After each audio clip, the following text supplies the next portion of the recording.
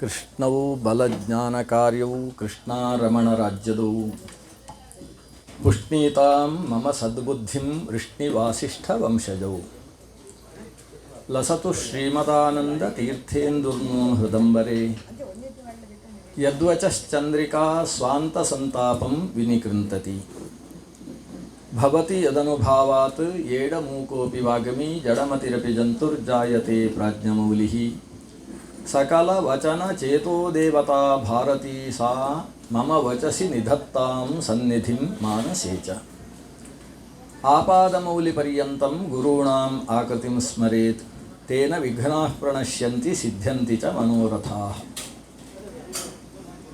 ತಪಸ್ವಾಧ್ಯಾಯ ಶುಶ್ರೂಷಾ ಕೃಷ್ಣಪೂಜಾರತಂ ಮುನಿಂ ವಿಶ್ವೇಶಮಿಷ್ಟದಂ ವಂದೇ ಪರಿವ್ರಾಟ್ ಚಕ್ರವರ್ತಿನಂ ಜನ್ಮಾದ್ಯಸ್ಯ ಯತೋನ್ಮಯಾದಿತರತಶ್ಚಾರ್ಥೇಷ್ವಭಿಜ್ಞಸ್ವರಾಟ್ ತೇನೇ ಬ್ರಹ್ಮಹೃದಾಯ ಆದಿಕವಯೇ ಮುಹ್ಯಂತಿ M ಸೂರಯಃ ತೇಜೋವಾರಿಮೃದಾಂ ಯಥಾ ವಿನಿಮಯೋ ಯತ್ರ ತ್ರಿಸರ್ಗೋ ಮೃಷಾ ಧಾಮ್ನಾ ಸ್ವೇನ ಸದಾ ನಿರಸ್ತಕುಹಕಂ ಸತ್ಯಂ ಪರಂ ಧೀಮಹಿ ಯಂ ಪ್ರವ್ರಜಂತಮನುಪೇತಮಪೇತಕೃತ್ಯಂ ದ್ವೈಪಾಯನೋ ವಿರಹಕಾತರ ಆಜುಹಾವ ಪುತ್ರೇತಿ ತನ್ಮಯತಯಾ ತರವೋಪಿ ನೇದುಃ ತಂ ಸರ್ವಭೂತಹೃದಯಂ ಮುನಿಮಾನತೋಸ್ಮಿ ನಾರಾಯಣಂ ನಮಸ್ಕೃತ್ಯ ನರಂಚೈವ ನರೋತ್ತಮಂ ದೇವೀಂ ಸರಸ್ವತೀಂ ವ್ಯಾಸಂ ತತೋ ಜಯಮುದೀರಯೇತ್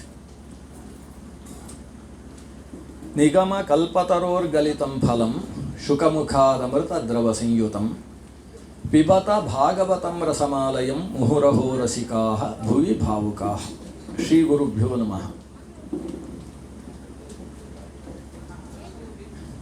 ಶ್ರೀಮತಿ ವೀಣಾ ಮತ್ತು ರಾಜಾರಾಮ ದಂಪತಿಗಳು ಕಲ್ಕುರೆ ಕುಟುಂಬದ ಸಮಗ್ರ ಸದಸ್ಯರ ಶ್ರೇಯೋಭಿವೃದ್ಧಿಯನ್ನು ಅಭಿಕಾಂಕ್ಷಿಸಿ ಈಗ 7 ದಿವಸಗಳಿಂದ ಶ್ರೀಮದ್ಭಾಗವತ ಸಪ್ತಾಹ ವಿಧಾನದ ಪಾರಾಯಣ, ಇದೀಗ ಅದರ ಪೂರ್ಣತಾ ಸಿದ್ಧಿಗೋಸ್ಕರ ಶ್ರೀಮದ್ಭಾಗವತ ಸಪ್ತಾಹ ಪಾರಾಯಣ ಉದ್ಯಾಪನ ಹೋಮ. ಉದ್ಯಾಪನ ಅಂತ ಹೇಳಿದರೆ ಉತ್ ಅಂದರೆ ಮೇಲಕ್ಕೆ ಅಂತ ಅರ್ಥ.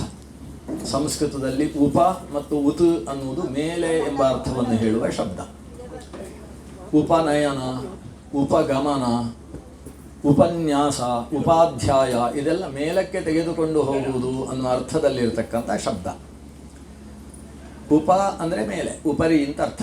ಹಿಂದಿಯಲ್ಲಿ ಅದೇ ಊಪರ್ ಅಂತ ಆಯಿತು, ಕನ್ನಡಿಯಲ್ಲಿ ಉಪ್ಪರಿಗೆ ಅಂತ ಆಗ್ತದೆ. ಇಂಗ್ಲೀಷಲ್ಲೂ ಉಪ್ಪು ಅಂತಲೇ ಬರೀತಾರೆ, ಓದುವಾಗ ಮಾತ್ರ ಅಪ್ಪು ಅಂತ ಓದ್ತಾರೆ. ಅದು CUT ಕುಟ್ಟು ಅಂತ ಓದಿದರೆ ಕೊಡ್ತಾರೆ. ಅದು ಉಪ ಅಂದರೆ ಮೇಲೆ ಅಂತ ಅರ್ಥ. ಉದ್ಯಾಪನೆ, ಉಪಯಾಪನ ಅಂತ ಹೇಳಿದರೆ ಉತ್ಕರ್ಷತೆಯ ಯಾಪನಂ, ಅನಿಸಿದ ಭಗವಂತನ ಸನ್ನಿಧಾನಕ್ಕೆ ಯಾಪನ ಅಂದರೆ ತಲುಪಿಸುವುದು. ನಾವು ಏನು 7 ದಿವಸಗಳಿಂದ ಮಾಡ್ತಾ ಬಂದಿದ್ದೇವೆ, ಒಂದು ಯಜ್ಞ, ಒಂದು ಸತ್ರ. ಯಜ್ಞ ಅನ್ನುವ ಶಬ್ದಕ್ಕೆ ಅಗ್ನಿಯಲ್ಲಿ ಆಹುತಿ ಕೊಡುವುದು ಅಂತ ಅಷ್ಟೇ ಅರ್ಥ ಅಲ್ಲ. ಮುಖ್ಯವಾಗಿ ಯಜ್ಞ ಅಂದರೆ ಸಂಗತೀಕರಣ. ಯಜ ದೇವಪೂಜಾ, ಸಂಗತೀಕರಣ, ದಾನೇಶು ಅಂತ ಯಜ್ಞ ಅನೇಕ ಅರ್ಥದಲ್ಲಿದೆ. ಸಂಗತೀಕರಣ ಅಂತ ಹೇಳಿದರೆ ಒಳ್ಳೆಯ ವಿಷಯಗಳಲ್ಲಿ ತೊಡಗಿಸಿಕೊಳ್ಳುವುದು, ಅನೇಕರು ಒಟ್ಟುಗೂಡುವುದು ಅಂತ. ಸಂಗತಿ ಅಂದರೆ ಒಟ್ಟು ಸೇರುವುದು, ಸಂಗಮ. ಅನೇಕರು ಒಟ್ಟು ಸೇರಿ ಒಳ್ಳೆಯ ವಿಷಯದಲ್ಲಿ ಸೇರುವ ಕಾರ್ಯಕ್ರಮಕ್ಕೆ ಯಜ್ಞ ಅಂತ ಹೆಸರು. ಅದನ್ನೇ ಜ್ಞಾನಸತ್ರ, ಜ್ಞಾನಯಜ್ಞ ಅನ್ನುವ ಶಬ್ದದಿಂದ ಕರಿತೇವೆ. ಈ 7 ದಿವಸದಿಂದ ನಡೆಸಿದಂತಹ ಯಜ್ಞವನ್ನು ಭಗವಂತನ ಸನ್ನಿಧಾನಕ್ಕೆ ತಲುಪಿಸಿದಾಗ ನಿನ್ನೆ ಹೇಳಿದ ಹಾಗೆ ಸಂಕಲ್ಪ ಕೃಷ್ಣಾರ್ಪಣ ಅಂತ 2 ವಿಷಯಗಳಲ್ಲಿ ಕರ್ಮಾಂಗ ಭಾಗವತ ಧರ್ಮ ಅಂತ ಕರೆಸಿಕೊಳ್ಳುತ್ತದೆ. ಆ ನಿಟ್ಟಿನ ಸತ್ಕಾರ್ಯಗಳು ಇದೀಗ ನಡೆದಿದ್ದಾವೆ.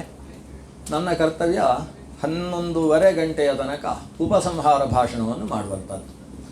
ಅಂದರೆ ಶಾಸ್ತ್ರೋಕ್ತವಾದ ರೀತಿಯಲ್ಲಿ ಏನು ಪ್ರವಚನ ನಡೆದಿದೆ ಅದರ ಕೊನೆಯ ಭಾಗದ ಮತ್ತು ಸಮಗ್ರತೆಯ ದೃಷ್ಟಿಯಿಂದ ಶ್ರೀಮದ್ಭಾಗವತ ಚಿಂತನೆಯನ್ನು ಪುಸ್ತಕ ರೂಪದಲ್ಲಿ ಸನ್ನಿಹಿತವಾದಂತಹ ಧರ್ಮದ ಮುಂದೆ ಅದನ್ನು ಪ್ರತಿಪಾದನೆ ಮಾಡುವಂತಹ ಕರ್ತವ್ಯ ನನ್ನದ್ದು. ಭಗವಂತ ಶ್ರೀಕೃಷ್ಣನನ್ನು, ಶ್ರೀಮದ್ಭಾಗವತ ಪ್ರತಿಪಾದ್ಯನನ್ನು ಭಕ್ತಿಯಿಂದ ಸ್ಮರಿಸಿಕೊಂಡು ಈ 7ನೆಯ ದಿವಸದ ಕಥಾಭಾಗದ ಶ್ರವಣದ ಸಂಕಲ್ಪ ಮಾಡಿಕೊಳ್ಳೋಣ. ಭಗವಂತ ಶ್ರೀಕೃಷ್ಣ 106 ವರ್ಷಗಳ ತನಕ ಅಥವಾ 106 ವರ್ಷ 6 ತಿಂಗಳುಗಳ ತನಕ ಈ ಭೂಮಿಯಲ್ಲಿ ವಜ್ರಾಂಕುಶ ಧ್ವಜ ಸರೋರುಹ ಲಾಂಛನಾಢ್ಯವಾದಂತಹ ತನ್ನ ಪಾದದ ಚಿಹ್ನೆಯನ್ನು ಮೂಡಿಸ್ತಾ ಭೂಮಿಗೆ ಆನಂದವನ್ನು ಕೊಟ್ಟ. ಇಷ್ಟು ಕಥೆಯನ್ನು ನಿನ್ನೆಯ ದಿವಸ ಕೇಳಿದ್ದೆ. ಭೂಮಿಗೆ ಆನಂದವನ್ನು ಕೊಟ್ಟ ಕಾರಣದಿಂದ ದೇವರಿಗೆ ಕೃಷ್ಣ ಅಂತ ಹೆಸರು. ಕೃಷಿರು ಭೂವಾಚಕ ಶಬ್ದ ನಶ್ಚ ನಿರ್ವೃತಿವಾಚಕ ತಯೋರೈಕ್ಯಂ ಪರಂ ಬ್ರಹ್ಮ ಕೃಷ್ಣ ಇತ್ಯಭಿಧೀಯತೆ. ಕೃಷ್ಣ ಅಂದರೆ ಕೃಷಿಗೆ ನಾ ಕೊಟ್ಟವ ಅಂತ. ಕೃಷ್ ಅನ್ನೋದು ಭೂಮಿಯನ್ನು ಹೇಳುವ ಶಬ್ದ. ಕೃಷ್ ಅಂದರೆ ಉಳುವುದು ಅಂತ ಅರ್ಥ. ಕರ್ಷಣಾತ್ ಕೃಷಿ. ಕೃಷಿ ಅನ್ನೋದು ಎಲ್ಲಿ ಉಳ್ತೇವೆ, ಕೃಷ್ಯತೆ ಅಸ್ಯಾಮಿತಿ ಕೃಷಿ. ಕೃಷ್ ಅನ್ನುವ ಶಬ್ದಕ್ಕೆ ಯಾವುದರಲ್ಲಿ ಉಳ್ತೇವೆ ಅದು ಕೃಷ್. ಭೂಮಿಯನ್ನು ಬಿಟ್ಟು ಆಕಾಶದಲ್ಲೋ ನೀರಿನಲ್ಲೋ ಉಳುವುದಕ್ಕೆ ಬರುವುದಿಲ್ಲ. ಆದ್ದರಿಂದ ಭೂಮಿಯನ್ನು ಕೃಷ್ ಅಂತ ಕರೀತಾರೆ. ಕೃಷಿರು ಭೂವಾಚಕ ಶಬ್ದ. ನ ಅನ್ನೋದು ಏಕಾಕ್ಷರ ಕೋಶದಲ್ಲಿ ಆನಂದವಾಚಕವಾದ ಶಬ್ದ. ನ ಅಂದರೆ ಖುಷಿ ಅಂತ ಅರ್ಥ. ಕೃಷ್ಣ ಅಂದರೆ ಕೃಷೇಹೇ ನಹ ಯಸ್ಮಾತ್ ಸಹ ಕೃಷ್ಣ. ಭೂಮಿಗೆ ಆನಂದ ಯಾರಿಂದ ಪ್ರಾಪ್ತಿಯಾಯಿತೋ ಆ ಸ್ವರೂಪವನ್ನು ಕೃಷ್ಣ ಅಂತ ಕರೆಯೋದು. ಭೂಭಾರ ಅಂತ ಕೆಲವರನ್ನು ಕರೀತಾರೆ. ಭೂಭಾರ ಅಂತ ಹೇಳಿದರೆ ಭೂಮಿಗೆ ತೊಂದರೆ ಕೊಡತಕ್ಕಂಥ ವ್ಯಕ್ತಿಗಳು. ಭೂಮಿಗೆ ಯಾರನ್ನು ನೋಡಿದರೆ ಭಾರ ಅಂತ ಅನಿಸ್ತದೆ? ಎಲ್ಲವನ್ನೂ ಧರಿಸಬಲ್ಲ ಶಕ್ತಿ ಭೂಮಿ. ವಿಶ್ವಂಭರ ಅಂತ ಭೂಮಿಗೆ ಹೆಸರು, ವಸುಂಧರ ಅಂತ ಭೂಮಿಗೆ ಹೆಸರು. ಏನನ್ನು ಬೇಕಾದರೂ ಧರಿಸಬಲ್ಲದು ಅದು. ಅದಕ್ಕೆ ಜನಸಂಖ್ಯೆ ಜಾಸ್ತಿ ಆಯಿತು, ನನಗೆ ಭಾರವಾಯಿತು ಅನ್ನುವ ಸ್ಥಿತಿ ಭೂಮಿಗೆ ಬರುವುದಿಲ್ಲ. ಯಾಕಂದರೆ ಭೂಮಿಯನ್ನು ಧರಿಸಿದಂತಹ ಸಂಕರ್ಷಣ ಶೇಷಶಕ್ತಿ ಇದೆ. ಶೇಷನನ್ನು ಧರಿಸಿದಿರತಕ್ಕಂತಹ ಆಧಾರ ಶಕ್ತಿ ಅಂತ ಹೇಳುವ ದುರ್ಗಾಶಕ್ತಿ ಇದೆ. ದುರ್ಗಾಶಕ್ತಿಯನ್ನೂ ಧಾರಣೆ ಮಾಡಿರತಕ್ಕಂತಹ ಸರ್ವೋತ್ಕೃಷ್ಟವಾದ ಸರ್ವಧಾರಕ ಶಕ್ತಿ ವಷಟ್ ಅಂತ, ವಷಟ್ಕಾರ ಅಂತ ವಿಷ್ಣು ಸಹಸ್ರನಾಮದಲ್ಲಿ ಕರೆಸಿಕೊಂಡ ವಿಷ್ಣು ಶಕ್ತಿ ಇದೆ. ಎಲ್ಲವನ್ನೂ ಧರಿಸಿರುವಂಥದ್ದು. ಅಂತಹ ಶಕ್ತಿ ಇರುವಾಗ ಭೂಮಿಗೆ ಭಾರ ಯಾಕಾಗ್ತದೆ? ಭೂಮಿ ಅನ್ನೋದು ಕೇವಲ ಮಣ್ಣು ಅನ್ನೋ ಅರ್ಥದಲ್ಲಿ ನಾವು ಗಮನಿಸುವುದಿಲ್ಲ. ನಮ್ಮ ಭಾಗವತ ಧರ್ಮದ ಪ್ರಕಾರ ಅಥವಾ ಈ ದೇಶದ ಸನಾತನ ಧರ್ಮದ ಪ್ರಕಾರ ಪ್ರತಿಯೊಂದು ಜಡವಸ್ತುವಿಗೂ ಕೂಡ ಒಬ್ಬ ಅಭಿಮಾನಿ ಶಕ್ತಿ ಇರ್ತದೆ, ಒಂದು ಅಭಿಮಾನಿ ದೇವತೆ ಇರ್ತದೆ. ಆ ಅಭಿಮಾನಿ ದೇವತೆಯನ್ನಿಟ್ಟುಕೊಂಡು ಜಡವನ್ನೂ ಕೂಡ ಆರಾಧನೆ ಮಾಡುವಂಥದ್ದು ನಮ್ಮ ಕ್ರಮ. ನಾವೊಂದು ಪೆನ್ನಿನಲ್ಲಿ ಬರೆದ ಮೇಲೆ ಆ ಪೆನ್ನನ್ನು ಬಿಸಾಡುವ ಕ್ರಮ ಇಲ್ಲ. ಪೆನ್ನನ್ನು ಕಣ್ಣಿಗೆ ಒತ್ತಿಕೊಂಡು ಜಾಗೃತಿಯಾಗಿ ತೆಗೆದು ಇಡ್ತೇವೆ. ಈ ಯೂಸ್ ಆ್ಯಂಡ್ ಥ್ರೋ ಅನ್ನೋದು ನಮ್ಮ ಸಂಸ್ಕೃತಿ ಅಲ್ಲ. ಪುಸ್ತಕಕ್ಕೆ ಕಾಲು ತಾಗಿದ್ರೂ ಕೂಡ ಪುಸ್ತಕವನ್ನು ತಲೆಗೆ ಆನಿಸಿಕೊಳ್ತೇವೆ, ಅದನ್ನು ಕೈಯಲ್ಲಿ ಮುಟ್ಟಿ ಕಣ್ಣಿಗೆ ಆನಿಸಿಕೊಳ್ತೇವೆ. ಯಾಕಂದರೆ ಪುಸ್ತಕದಲ್ಲಿ ಸರಸ್ವತಿ ಸನ್ನಿಧಾನ ಇದೆ, ಪೆನ್ನಿನಲ್ಲಿ ಗಣಪತಿ ದೇವನ ಸನ್ನಿಧಾನ ಇದೆ. ಪುಟ್ಟ ಮಕ್ಕಳಿಗೆ ಕಾಲು ತಾಗಿದ್ರೂ ಕೂಡ ಮಗು ಅಲ್ವಾ ಅಂತ ಬಿಟ್ಟುಬಿಡುವುದಿಲ್ಲ. ಆ ಮಗುವನ್ನು ಕೈಯಲ್ಲಿ ಮುಟ್ಟಿ ನಮಸ್ಕಾರ ಮಾಡ್ತೇವೆ. ಅಂದರೆ ಅದು ಮಗು ಅಲ್ಲ, ಮಗುವಿನ ಒಳಗೆ ಆ ಮಗುವಿಗೆ ಚೈತನ್ಯವನ್ನು ತುಂಬಿಸಿದಂತಹ ಪರಮಚೇತನ ಇದೆ ಅನ್ನುವ ಚಿಂತನೆ ಅದು ಈ ದೇಶದ ನೆಲದ ಸಂಸ್ಕೃತಿ. ಆ ದೃಷ್ಟಿಯಿಂದ ಯಾವುದು ಜಡವಸ್ತುವೋ ಅದರಲ್ಲೆಲ್ಲ ಚೇತನವನ್ನು ಚಿಂತಿಸತಕ್ಕಂಥದ್ದು. ಹರಿಯುವ ನದಿಯನ್ನು ಕೂಡ ನಾವು ನದಿ ಜಲೇಸ್ಮಿನ್ ಸನ್ನಿಧಿಂಕುರು ಅಂತ ಪ್ರಾರ್ಥನೆ ಮಾಡ್ತೇವೆ. ಬೀಸುವ ಗಾಳಿಯನ್ನು ಕೂಡ ಉಸಿರನ್ನು ಕೊಟ್ಟಂತಹ ಪ್ರಾಣಶಕ್ತಿ ಅದು, ಪ್ರಾಣದೇವ ಅಂತ ನಾವು ಚಿಂತನೆ ಮಾಡ್ತೇವೆ. ಪ್ರತಿಯೊಂದು ಜಡದಲ್ಲೂ ಚೈತನ್ಯವನ್ನು ಚಿಂತನೆ ಮಾಡತಕ್ಕಂಥದ್ದು ಈ ನೆಲದ ಸಂಸ್ಕೃತಿ. ಆ ನಿಟ್ಟಿನಿಂದ ಶ್ರೀಮದ್ ಭಾಗವತ ಈ ಭೂಮಿಯಲ್ಲಿ ಶ್ರೀಕೃಷ್ಣನ ಹೆಜ್ಜೆ ಹಾಕಿದಾಗ, ಆ ಶ್ರೀಕೃಷ್ಣ ಅಂದರೆ ಭಾಗವತದ ಮತ್ತೊಂದು ರೂಪ, ಶ್ರೀಕೃಷ್ಣನ ಮತ್ತೊಂದು ರೂಪ ಶ್ರೀಮದ್ ಭಾಗವತ. ಭಗವಂತ ಕೃಷ್ಣನ ಹೆಜ್ಜೆ ಭೂಮಿಯಲ್ಲಿ ಎಷ್ಟು ಕಾಲ ಇಷ್ಟೋ ಅಷ್ಟು ಕಾಲ ಭೂಮಿಗೆ ಭಾರಿ ಆನಂದ. ಭೂಭಾರದ ಬಗ್ಗೆ ಆಲೋಚನೆ ಇಲ್ಲ. ಭೂಮಿ ಅಂದರೆ ಭಗವಂತನ ಪತ್ನಿ. ನಾವು ವಿಷ್ಣು ಪತ್ನಿ ನಮಸ್ತುಭ್ಯಂ ಪಾದಸ್ಪರ್ಶಂ ಕ್ಷಮಸ್ವಮೇ ಅಂತ ಬೆಳಗ್ಗೆ ಎದ್ದು ಹೇಳ್ತೇವೆ. ಈ ಭೂಮಿ ಅಂತ ಹೇಳಿದರೆ ಅದು ನೀರು ಕೊಡ್ತಕ್ಕಂಥ, ಹಾಲು ಕೊಡ್ತಕ್ಕಂಥ ತಾಯಿ ಇದ್ದ ಹಾಗೆ. ತಾಯಿ ಹೇಗೆ ತಾನು ತಿಂದ ಆಹಾರವನ್ನು ಹಾಲಾಗಿಸಿಕೊಂಡು ಪುಟ್ಟ ಮಕ್ಕಳನ್ನು ತಾನು ಪೋಷಿಸ್ತಾಳೋ ಹಾಗೆ ಈ ಭೂಮಿ ಅದು ಪರ್ವತ ಸ್ತನಮಂಡಲೇ. ಪರ್ವತಗಳಿಂದ ನದಿಗಳು ಹರಿದು ಬಂದಿದ್ದಾವೆ. ಪರ್ವತದಿಂದ ಹರಿದು ಬಂದ ನದಿಗಳೇ ನಮಗೆ ಹಾಲಾಗಿ ಪೋಷಣೆಯನ್ನು ಕೊಡತಕ್ಕಂಥವುಗಳು. ಸಮುದ್ರ ವಸನೆ, ಒಂದು ಹೆಣ್ಣನ್ನು ಹೇಗೆ ಬಟ್ಟೆ ಎಂಬುದು ರಕ್ಷಣೆ ಮಾಡ್ತದೋ ಹಾಗೆ ಈ ಭರತ ಖಂಡವನ್ನು ರಕ್ಷಣೆ ಮಾಡತಕ್ಕಂತಹ ಸಮುದ್ರವೆಂಬಂತಹ ದುರ್ಗವಿದೆ. ಸಮುದ್ರವೆಂಬ ಬಟ್ಟೆಯನ್ನುಟ್ಟಂತಹ ಪರ್ವತ ಸ್ತನಮಂಡಲಲಾದಂತಹ ಓ ವಿಷ್ಣುಪತ್ನಿ ನಿನಗೆ ನಮಸ್ಕಾರ ಅಂತ ಅದನ್ನೂ ಒಂದು ಚೇತನ ಸ್ವರೂಪದಿಂದ ಮಾತರಂ ಒಂದೇ ಅಂತ ನಾವು ಹೇಳ್ತೇವೆ. ತಾಯಿ ಅನ್ನುವ ಸ್ವರೂಪದಿಂದ ಭೂಮಿಯನ್ನು ಕಾಣ್ತೇವೆ. ಭೂಮಿ ತಾಯಿಯಾದಾಗ ಭಗವಂತ ತಂದೆ. ಆ ತಂದೆ ತಾಯಿಯರಲ್ಲಿ ಯಾವ ರೀತಿಯ ಭಾವ ಇರ್ತದೆ? ಮನೆಯಲ್ಲಿ ತಾಯಿ ಇದ್ದಾಳೆ, ಆ ಮನೆಗೆ ನೆಂಟರು ಬಂದಿದ್ದಾರೆ. ಎಷ್ಟು ಜನ ನೆಂಟರು ಬಂದರೂ ಆ ತಾಯಿಗೆ ಆನಂದವೇ. ಅವರಿಗೆ ಅನ್ನ ಹಾಕಿ ರಕ್ಷಣೆ ಮಾಡುವುದು, ಅನ್ನ ಹಾಕಿ ಪೋಷಣೆ ಮಾಡುವುದು ಆ ತಾಯಿಯ ಕರ್ತವ್ಯವಾಗಿರ್ತದೆ. ಆದರೆ ಅದೇ ಮನೆಗೆ ತನ್ನ ಪತಿಯನ್ನೇ ದೂಷಣ ಮಾಡ್ತಕ್ಕಂತಹ, ಬಾಯಿ ಎತ್ತಿದರೆ ನಿಮ್ಮ ಗಂಡ ಹಾಗೆ ಅಂತ ಹೇಳ್ತಕ್ಕಂಥ ವ್ಯಕ್ತಿ ಬಂದರೆ ಅವನಿಗೆ ಒಂದು ಹೊತ್ತು ಊಟ ಹಾಕುವುದಕ್ಕೂ ಕೂಡ ಆ ಪತಿವ್ರತೆಗೆ ಇಷ್ಟವಾಗುವುದಿಲ್ಲ. ಇವನು ಆದಷ್ಟು ಬೇಗ ಮನೆಯಿಂದ ಹೊರಗೆ ಹೋದರೆ ಸಾಕು ಅಂತ ಅನಿಸ್ತಾ ಇರ್ತದೆ. ಅಂಥವರು ಮನೆಗೆ ಭಾರ ಅಂತ ಅನಿಸಿಕೊಳ್ತಾರೆ. ಹಾಗೆ ಈ ಭೂಭಾರ ಅಂತ ಹೇಳಿದರೆ ಭಗವಂತನ ಪತ್ನಿಯಾದಂತಹ ವಿಷ್ಣು ಪತ್ನಿ ಅಂತ ಶಾಸ್ತ್ರದಲ್ಲಿ ಕರೆಸಿಕೊಂಡಂತಹ ಈ ಭೂಮಾತೆಗೆ ಅದೆಷ್ಟು ಜನ ಸಜ್ಜನರಿದ್ದರೂ ಕೂಡ ಅದಕ್ಕೆ ಭಾರ ಅಲ್ಲ. ಆದರೆ ಭಗವಂತನನ್ನು ದೂಷಿಸುವ, ವೇದಗಳನ್ನು ನಿರಾಕರಿಸತಕ್ಕಂತಹ ಜರಾಸಂಧ, ಕಂಸ, ಅವರ ಜೊತೆಗೆ ಸೇರಿದಂತಹ ಬ್ರಹ್ಮದತ್ತನೇ ಮೊದಲಾದ ಸಾಲ್ವರಾಜರು, ಶಿಶುಪಾಲ ದಂತವಕ್ರರಂತಹ ದುಷ್ಟರು, ಇವರೆಲ್ಲರೂ ಸೇರಿ ಭೂಮಿಗೆ ಭಾರ ಅಂತ ಅನಿಸುವುದಕ್ಕೆ ಪ್ರಾರಂಭ ಆಯಿತು. ಭಗವದ್ವೇಷಿಗಳು, ಭಾಗವತ ಧರ್ಮವನ್ನು ನಿರಾಕರಿಸತಕ್ಕಂತಹ ವ್ಯಕ್ತಿಗಳು ಈ ಭಾರದಿಂದ ನೊಂದಂತಹ ಭೂಮಾತೆ ಚತುರ್ಮುಖ ಬ್ರಹ್ಮನಲ್ಲಿ ಹೋಗಿ ಕೇಳಿದ್ಲಂತೆ, ನನಗೆ ಭಾರವಾಗ್ತಾ ಇದೆ, ಈ ದುಷ್ಟರನ್ನು ಸಂಹಾರ ಮಾಡಿ ಭೂಭಾರ ಹರಣಾಪೇಕ್ಷಾ ಚತುರ್ಮುಖನನ್ನು ಕುರಿತು ಹೋದದ್ದು ಯಾಕೆ ಅಂತ ಹೇಳಿದರೆ ಭೂಭಾರ ಹರಣ ಆಗಬೇಕು ಅಂತ.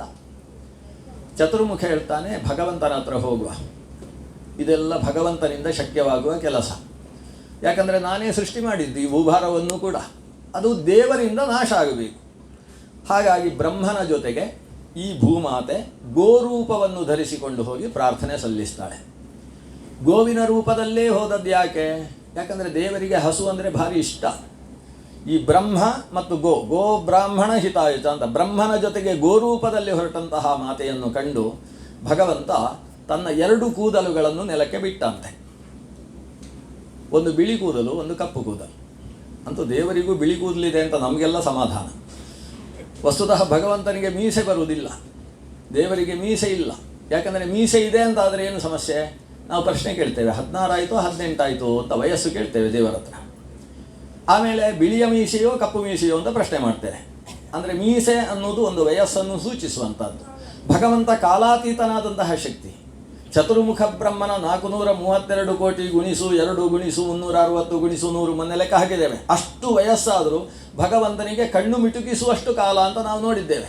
ಪರನಾಮ ನಿಮೇಶಕಾಂತೆ ಅಂತ ಪರಾರ್ಧ ಪರಗಳು ಕೂಡ ಅವನಿಗೊಂದು ಕಣ್ಣಿನ ರೆಪ್ಪೆ ಬಿಡಿಸುವಷ್ಟು ಕಾಲದ ಅವಧಿ. ಆದ್ದರಿಂದ ಭಗವಂತ ಕಾಲಾತೀತನಾಗಿದ್ದಾನೆ ಅನ್ನುವುದು ನಮ್ಮ ಚಿಂತನೆ. ವೇದಗಳು ನಿರೂಪಣೆ ಮಾಡತಕ್ಕಂಥದ್ದು ಕಾಲಾತೀತವಾದ ಶಕ್ತಿ ಪರಮಾತ್ಮ.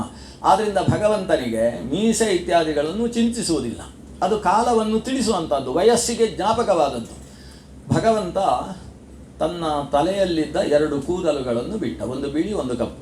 ಬಿಳಿ ಅನ್ನೋದು ಶುಕ್ಲಕೇಶ, ಅದು ವಯಸ್ಸನ್ನು ಸೂಚಿಸುವ ಬಿಳಿ ಕೂದಲು ಅಲ್ಲ. ಒಟ್ಟೊಟ್ಟಿಗೆ ಒಂದೇ ಕೂದಲು ಬಿಳಿಯೂ ಆಗುತ್ತೆ ಕಪ್ಪು ಆಗುತ್ತೆ. ವಾಸುದೇವಾದಿಕಾಹ ಶುಕ್ಲ ರಕ್ತ ಪೀತಾಸಿತೋಜ್ವಲ. ಅದು ಎಲ್ಲ ಬಣ್ಣವು ಭಗವಂತನಲ್ಲಿ ಮೂಲಭೂತವಾಗಿ 4 ಬಣ್ಣ ಇದೆ ಅಂತ ಶಾಸ್ತ್ರ ಹೇಳ್ತದೆ. ಭಗವಂತನಲ್ಲಿ ಅಂತಲ್ಲ, ಪ್ರಪಂಚದಲ್ಲೇ ಇರುವುದು 4 ಬಣ್ಣಗಳು: ಶುಕ್ಲ, ಪೀತ, ಅಸಿತ, ಮತ್ತೊಂದು ರಕ್ತ. ಈ 4 ಮೂಲಭೂತವಾದ ಬಣ್ಣಗಳು. ಇದು ವೇದದಲ್ಲಿ ಬಂದ ಬಣ್ಣಗಳು. ಯದಾ ಪಶ್ಯದೇ ರುಗ್ಮವರ್ಣಂ ಅಂತ ವೇದದಲ್ಲಿ ಬರುವುದು 4 ಬಣ್ಣ. ಈ 4 ಬಣ್ಣಗಳು ಮತ್ತೆ ಸೇರಿ ಸೇರಿ ಸೇರಿ ಅದು 1032 ಬಣ್ಣಗಳಾಗ್ತವೆ. ಅದು ಬೇರೆ ಬೇರೆ ಬಣ್ಣಗಳು ಕಾಂಬಿನೇಷನ್ ಅಂತ ಹೇಳ್ತೀರಲ್ವ, ಆ ರೀತಿಯಲ್ಲಿ ಬಣ್ಣಗಳು ಬೇರೆಯಾಗುವುದು. ಮೂಲಭೂತವಾದ ಬಣ್ಣಗಳು ವಿಜ್ಞಾನ ಹೇಳ್ತದೆ ಒಂದೇ ಮೂಲಭೂತವಾದ ಬಣ್ಣ ಅಂತ. ಆದರೆ ಶಾಸ್ತ್ರ ಹೇಳ್ತದೆ ವಾಸುದೇವ ಸಂಕರ್ಷಣ ಪ್ರದ್ಯುಮ್ನ ಅನಿರುದ್ಧ ಅಂತ ಹೇಳುವ 4 ಬಣ್ಣ ಇದೆ. ಈ ದೇವರು ಅಂದರೆ 4, ಅದು ಮೂಲಭೂತವಾದ 4 ಬಣ್ಣಗಳು. ಆ 4 ಬಣ್ಣಗಳಲ್ಲಿ ಬಿಳಿ ಕಪ್ಪು ಅನ್ನೋದು ಅತ್ಯಂತ ಪ್ರಸಿದ್ಧವಾದ ಬಣ್ಣ ಭಗವಂತನದ್ದು. ಅದನ್ನು ಕಪ್ಪಾಗಿ ಬಂದಾಗ ಭಗವಂತನನ್ನು ಕೃಷ್ಣ ಅಂತ ಕರೆಯೋದು, ಬಿಳಿಯಾಗಿ ಬಂದಾಗ ಭಗವಂತನನ್ನು ಶುಕ್ಲರೂಪಿ ಪರಮಾತ್ಮ, ಶುಕ್ಲ ಅಂತಲೇ ಕರೆಯೋದು. ಇಲ್ಲಿ ಕೃಷ್ಣ ಬಿಳಿ ಮತ್ತು ಕಪ್ಪಾದ 2 ಕೂದಲು ಹೀಗೆ ನೆಲಕ್ಕೆ ಬಿಟ್ಟಂತೆ. ಆ ಕೂದಲು ಕೋಟಿ ಸೂರ್ಯ ಸಮಪ್ರಭವಾದದ್ದು. ಅದನ್ನು ಗೋಸ್ವರೂಪಿಣಿಯಾದಂತಹ ಭೂದೇವಿ ಕೈ ಮುಗಿತಾಳೆ ಅದಕ್ಕೆ. ಅದು ಸೀದ ಬಂದು ದೇವಕೀ ದೇವಿಯ ಉದರದಲ್ಲಿ ಪ್ರವೇಶ ಮಾಡ್ತದಂತೆ. ಹಾಗೆ ದೇವಕಿಯ ಉದರದಲ್ಲಿ ಮೊದಲು ಪ್ರವೇಶ ಮಾಡಿದ್ದು ಶುಕ್ಲ ಕೇಶ, ಅದು ಬಲರಾಮನಾಗಿ ರೋಹಿಣಿಯ ಉದರಕ್ಕೆ ಹೋದದ್ದು. ಮತ್ತೊಂದು ಕೃಷ್ಣಕೇಶ, ಅದು ಶ್ರೀಕೃಷ್ಣನಾಗಿ ಅದೇ ದೇವಕೀ ದೇವಿಯ ಉದರದಲ್ಲಿ ದೇವಕಿಯ ಅಷ್ಟಮ ಗರ್ಭದಲ್ಲಿ ಆವಿರ್ಭವಿಸಿತ್ತು.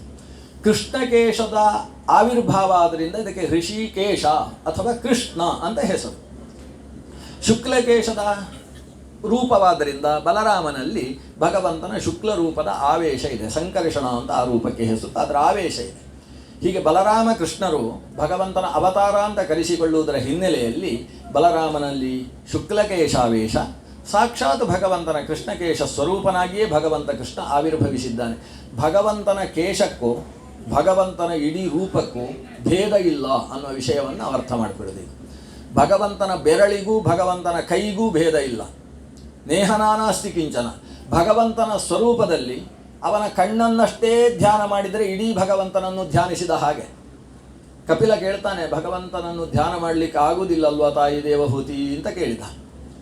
ದೇವಹೂತಿ ಕಪಿಲನಲ್ಲಿ ದೇವಹೂತಿ ಪ್ರಶ್ನೆ ಮಾಡಿದ್ಲು, ನನಗೆ ಇಡೀ ದೇವರನ್ನು ಧ್ಯಾನ ಮಾಡಲಿಕ್ಕೆ ಆಗುವುದಿಲ್ಲ ಮಗ. ಅವನ ಪಾದವನ್ನು ಧ್ಯಾನ ಮಾಡ್ತಾ ಇದ್ದರೆ ಕಣ್ಣು ಮರ್ತೋಗ್ತದೆ, ಕಣ್ಣನ್ನು ಎಡಗಣ್ಣು ಧ್ಯಾನ ಮಾಡ್ತಾ ಇದ್ದರೆ ಬಲಗಣ್ಣು ಮರ್ತೋಗ್ತದೆ, ಕೈಯಲ್ಲಿ ಸುದರ್ಶನ ಚಕ್ರವನ್ನು ನೆನಪಿಸ್ತಾ ಇದ್ದಾಗ ಪಾಂಚಜನ್ಯ ಮರ್ತು ಹೋಗುತ್ತೆ. ಇಡೀ ದೇವರನ್ನು ಧ್ಯಾನ ಮಾಡುವ ಬಗೆ ಹೇಗೆ ಅಂತ ಅವಳು ಕೇಳಿದರೆ ಆಗ ಹೇಳಿದ್ದು, ಸರ್ವಂ ಸ್ಮರ್ತುಂ ಅಶಕ್ತಶ್ಚೇತ್ ಏಕಾಂಗಂ ಚಿಂತೆಯೇದ್ಬುಧಃ.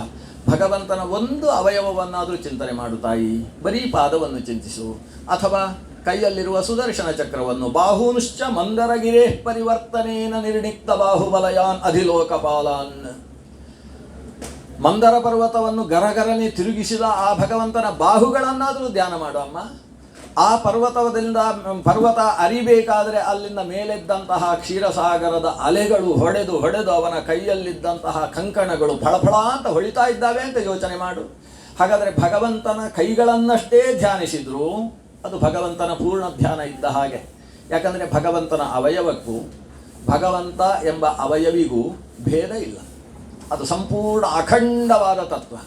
ಅಖಂಡ ತತ್ವವೆನಿಸಿದಂತಹ ಭಗವಂತನ ಧ್ಯಾನ ಮಾಡುವುದಕ್ಕೋಸ್ಕರವೇ ಭಗವಂತ ಶುಕ್ಲಕೇಶ ಕೃಷ್ಣಕೇಶಾವತಾರನಾಗಿ ಈ ಭೂಮಿಯಲ್ಲಿ ಅವತರಿಸಿದ್ದು.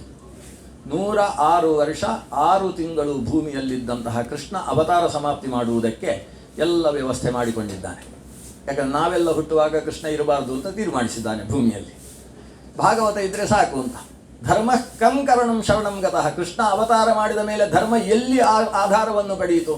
ಶ್ರೀಕೃಷ್ಣನ ಕಥೆ ಎಂಬ ಭಾಗವತವನ್ನು ಆಧಾರ ಪಡೆಯಿತು. ಹಾಗಾದರೆ ಶ್ರೀಕೃಷ್ಣ ಮೂರ್ತ ಸ್ವರೂಪದಿಂದ ಈ ಪ್ರಪಂಚದಲ್ಲಿ ಕಾಣಿಸಿಕೊಳ್ಳದೇ ಇರುವುದಕ್ಕೋಸ್ಕರ ಸಂಕಲ್ಪ ಎಲ್ಲಿಂದ? ಕುರುಕ್ಷೇತ್ರದ ಯುದ್ಧ ಮುಗಿಸಿ ಭೀಮಸೇನನನ್ನೆಲ್ಲ ಕರ್ಕೊಂಡು ಕೃಷ್ಣ ಬಂದದ್ದು ಎಲ್ಲಿಗೆ ಅಂತೇಳಿದರೆ ಧೃತರಾಷ್ಟ್ರ ಮತ್ತು ಗಾಂಧಾರಿ ಇದ್ದಲ್ಲಿಗೆ. ಗಾಂಧಾರಿ ಧೃತರಾಷ್ಟ್ರ ಇರುವಲ್ಲಿ ಮೊದಲು ಧೃತರಾಷ್ಟ್ರ ಅಂತ ಬಂದ. ಧೃತರಾಷ್ಟ್ರ ಹೇಳಿದ, ಕೃಷ್ಣ ಬಂದದ್ದ ಎಲ್ಲ ನಿನ್ನಿಂದಲೇ ಆದದ್ದು ಅಂತ ಹೇಳಿದ. ಅದಕ್ಕೆ ಕೃಷ್ಣ ಹೇಳಿದ, ನನ್ನಿಂದ ಅಲ್ಲ, ನಿನ್ನ ಮಗ ಭೀಮಸೇನ ಮಾಡಿದ್ದು ಅಂತ ಕೃಷ್ಣ ಹೇಳಿದ. ಆ ಭೀಮಸೇನ ಒಂದು ಸಲ ನನ್ನ ಹತ್ರ ಬರಬೇಕು, ನನ್ನವರು ಎಲ್ಲರನ್ನು ಅವನೇ ಕೊಂದದ್ದಂತೆ ಅಂತ ಧೃತರಾಷ್ಟ್ರ ಹೇಳಿದ. ಅವನ ಹೇಳ್ತಾ ಇರಬೇಕಾದ್ರೆ ಹಲ್ಲು ಕಟಕಟ ಅಂತ ಶಬ್ದ ಆಗ್ತಾ ಇತ್ತು, ತುಟಿ ಕಚ್ಚಿಕೊಂಡು ಅವನಲ್ಲೇ ರಕ್ತ ಬರ್ತಾ ಇತ್ತು. ಕೃಷ್ಣ ನೋಡಿದ, ಧೃತರಾಷ್ಟ್ರನಿಗೆ ಸಿಕ್ಕಾಬಟ್ಟೆ ಕೋಪ ಬಂದಿದೆ. ಅವನು ಭೀಮಸೇನ ಅಪ್ಪ ದೊಡ್ಡಪ್ಪ ಕರಿತಾ ಇದ್ದಾರೆ ಅಂತ ಭೀಮಸೇನ ಸೀದಾ ಬಂದ ಮುಂದೆ. ಕೃಷ್ಣ ಭೀಮಸೇನನ ಕೈ ಹಿಡಿದು ಜೋರಾಗಿ ಎಳ್ದಂತೆ. ಭೀಮಸೇನನ್ನು ಮೆಲ್ಲ ಎಳೆದ್ರೆ ಈ ಕಡೆ ಬರೋಲ್ಲವ, ಜೋರಾಗಿ ಎಳ್ದ. ಜೋರಾಗಿ ಎಳೆದು ನೋಡಿ ಅಲ್ಲೊಂದು ಪ್ರತಿಮೆ ಉಂಟು, ಅದನ್ನು ಮುಂದೆ ಕಳಿಸು ಅಂತ ಹೇಳಿದ. ಅದೇನು ಮಾಡಿದ್ದ? ದುರ್ಯೋಧನ ಒಂದು ಉಕ್ಕಿನ ಪ್ರತಿಮೆಯನ್ನು ವ್ಯವಸ್ಥೆ ಮಾಡಿದ್ದ. ಭೀಮಸೇನ ಎಷ್ಟು ಎತ್ತರ ಇದ್ದಾನೆ ಅದಕ್ಕೆ ಸರಿಯಾಗಿ ಗದೆಯಲ್ಲಿ ಹೇಗೆ ಹೊಡಿಬೇಕು ಅಂತ ಅಭ್ಯಾಸ ಮಾಡುವುದಕ್ಕೋಸ್ಕರ ಒಂದು ಉಕ್ಕಿನ ಪ್ರತಿಮೆ. ಆ ಪ್ರತಿಮೆಯನ್ನು ಮುಂದೆ ಹಾಕುವಂತ. ಕಣ್ಣಿಲ್ಲದೆ ಇದ್ದ ಧೃತರಾಷ್ಟ್ರ ಪ್ರಜ್ಞಾಚಕ್ಷು, ಅವನ ಮುಂದೆ ಈ ಪ್ರತಿಮೆ ಬಂತು. ಭೀಮಸೇನ ಅಲ್ಲೇ ಇದ್ದಾನೆ ಅಂತ ಕೃಷ್ಣ ಹೇಳಿದ. ಹೌದಾ ಅಂತ ಹೀಗೀಗ ಅಂದ. ಭೀಮಸೇನ ಗಟ್ಟಿ ಶರೀರ ಸಿಕ್ಕಿದ್ದು. ಇಷ್ಟು ಗಟ್ಟಿ ಇದ್ದಾನ ಭೀಮಸೇನ ಅಂತ ಅನಿಸಿದವನಿಗೆ. ಗಟ್ಟಿಯಾಗಿ ಅಪ್ಪಿಕೊಂಡಾಗ ಉಕ್ಕಿನ ಪ್ರತಿಮೆ ಪುಡಿಯಾಯಿತಂತೆ, ಅಪ್ಪಚ್ಚಿಯಾಗಿ ಹೋಯಿತು. ಅಂದರೆ ಧೃತರಾಷ್ಟ್ರನಲ್ಲಿ ಎಷ್ಟು ಶಕ್ತಿ ಇತ್ತು ಅನ್ನುವುದಕ್ಕೆ ಅದು ಗಮಕವಾದದ್ದು. ಭೀಮಸೇನ ಕೃಷ್ಣನನ್ನು ಅಪ್ಪಿಕೊಂಡು ಖುಷಿಪಟ್ಟಂತೆ, ನೀ ಎಂಥ ಬುದ್ಧಿವಂತ ಮಹಾರಾಯ ಅಂತ. ಭೀಮಸೇನನ್ನೇ ಕಳಿಸಿದರೆ ಭೀಮಸೇನನನ್ನು ಪುಡಿ ಮಾಡುವುದಕ್ಕೆ ಪ್ರಯತ್ನಿಸ್ತಾ ಇದ್ದ. ಭೀಮಸೇನ ಪುಡಿ ಆಗ್ತಾ ಇದ್ನೋ ಬೇರೆ ಪ್ರಶ್ನೆ, ಆದರೆ ಉಕ್ಕಿನ ಪ್ರತಿಮೆಯನ್ನೂ ಪುಡಿ ಮಾಡಬಲ್ಲ ಸಾಮರ್ಥ್ಯ ಧೃತರಾಷ್ಟ್ರನ ಸಾಧನೆಯಲ್ಲಿ ಇತ್ತು ಅನ್ನುವುದು ನಮಗೆ ಅರ್ಥವಾಗ್ತದೆ. ಅಂತಹ ಧೃತರಾಷ್ಟ್ರನನ್ನು ಕೊನೆಗೆ ಕೃಷ್ಣನೇ ಸಮಾಧಾನ ಮಾಡಿದ. ಯಾಕಂದರೆ ಭೀಮಸೇನ ಸತ್ತು ಹೋದ ಅಂತ ಧೃತರಾಷ್ಟ್ರ ಕಣ್ಣೀರು ಹಾಕ್ತಾ ಕೂತ್ಬಿಟ್ಟ. ಆವಾಗ ಕೃಷ್ಣ ಬಂದ ಅವನ ತಲೆ ನೇವರಿಸಿ, ಭೀಮಸೇನ ಸಾಯಲಿಲ್ಲ, ನಾನು ಉಕ್ಕಿನ ಪ್ರತಿಮೆ ಇಟ್ಟದ್ದು ನಿನ್ನ ಮುಂದೆ ಅಂತ. ಹೌದಾ, ಭೀಮಸೇನ ಬದುಕಿದ್ನು ಅಂತ. ಒಂದು ಸಲ ಕೋಪದ ಆವೇಶದಲ್ಲಿ ಧೃತರಾಷ್ಟ್ರ ಏನು ಮಾಡ್ತಾನೆ ಅಂತ ಅವನಿಗೆ ಗೊತ್ತಿಲ್ಲ. ಆಮೇಲೆ ಗಾಂಧಾರಿ ಹತ್ರ ಬಂದರು. ಈಗ ಗಾಂಧಾರಿಯನ್ನು ಸಮಾಧಾನ ಮಾಡುವ ಬಗೆ ಹೇಗೆ? ಗಾಂಧಾರಿ ಕಣ್ಣಿಗೆ ಬಟ್ಟೆ ಕಟ್ಟಿಕೊಂಡಿದ್ದಾಳೆ. ಅವಳ ಮುಂದೆ ಧರ್ಮರಾಜ ಬಂದ. ಧರ್ಮರಾಜ ಬಂದು, ಅಮ್ಮ ಎಂಥ ಅಪರಾಧ ಆಗೋಯಿತು ನಮ್ಮಿಂದ ಅಂತ ಸಮಾಧಾನ ಮಾಡುವುದಕ್ಕೆ ಪ್ರಯತ್ನಿಸಿದ. ಅವಳು ಸಿಟ್ಟು ಮಾಡಿಕೊಂಡು ಸ್ವಲ್ಪ ಕಣ್ಣಿನ ಇವೆಯಿಂದ ಹೇಗಿದ್ದಾನೆ ಧರ್ಮರಾಜ ನೋಡಬೇಕು ಅಂತ ತೆಗ್ಲಂತೆ.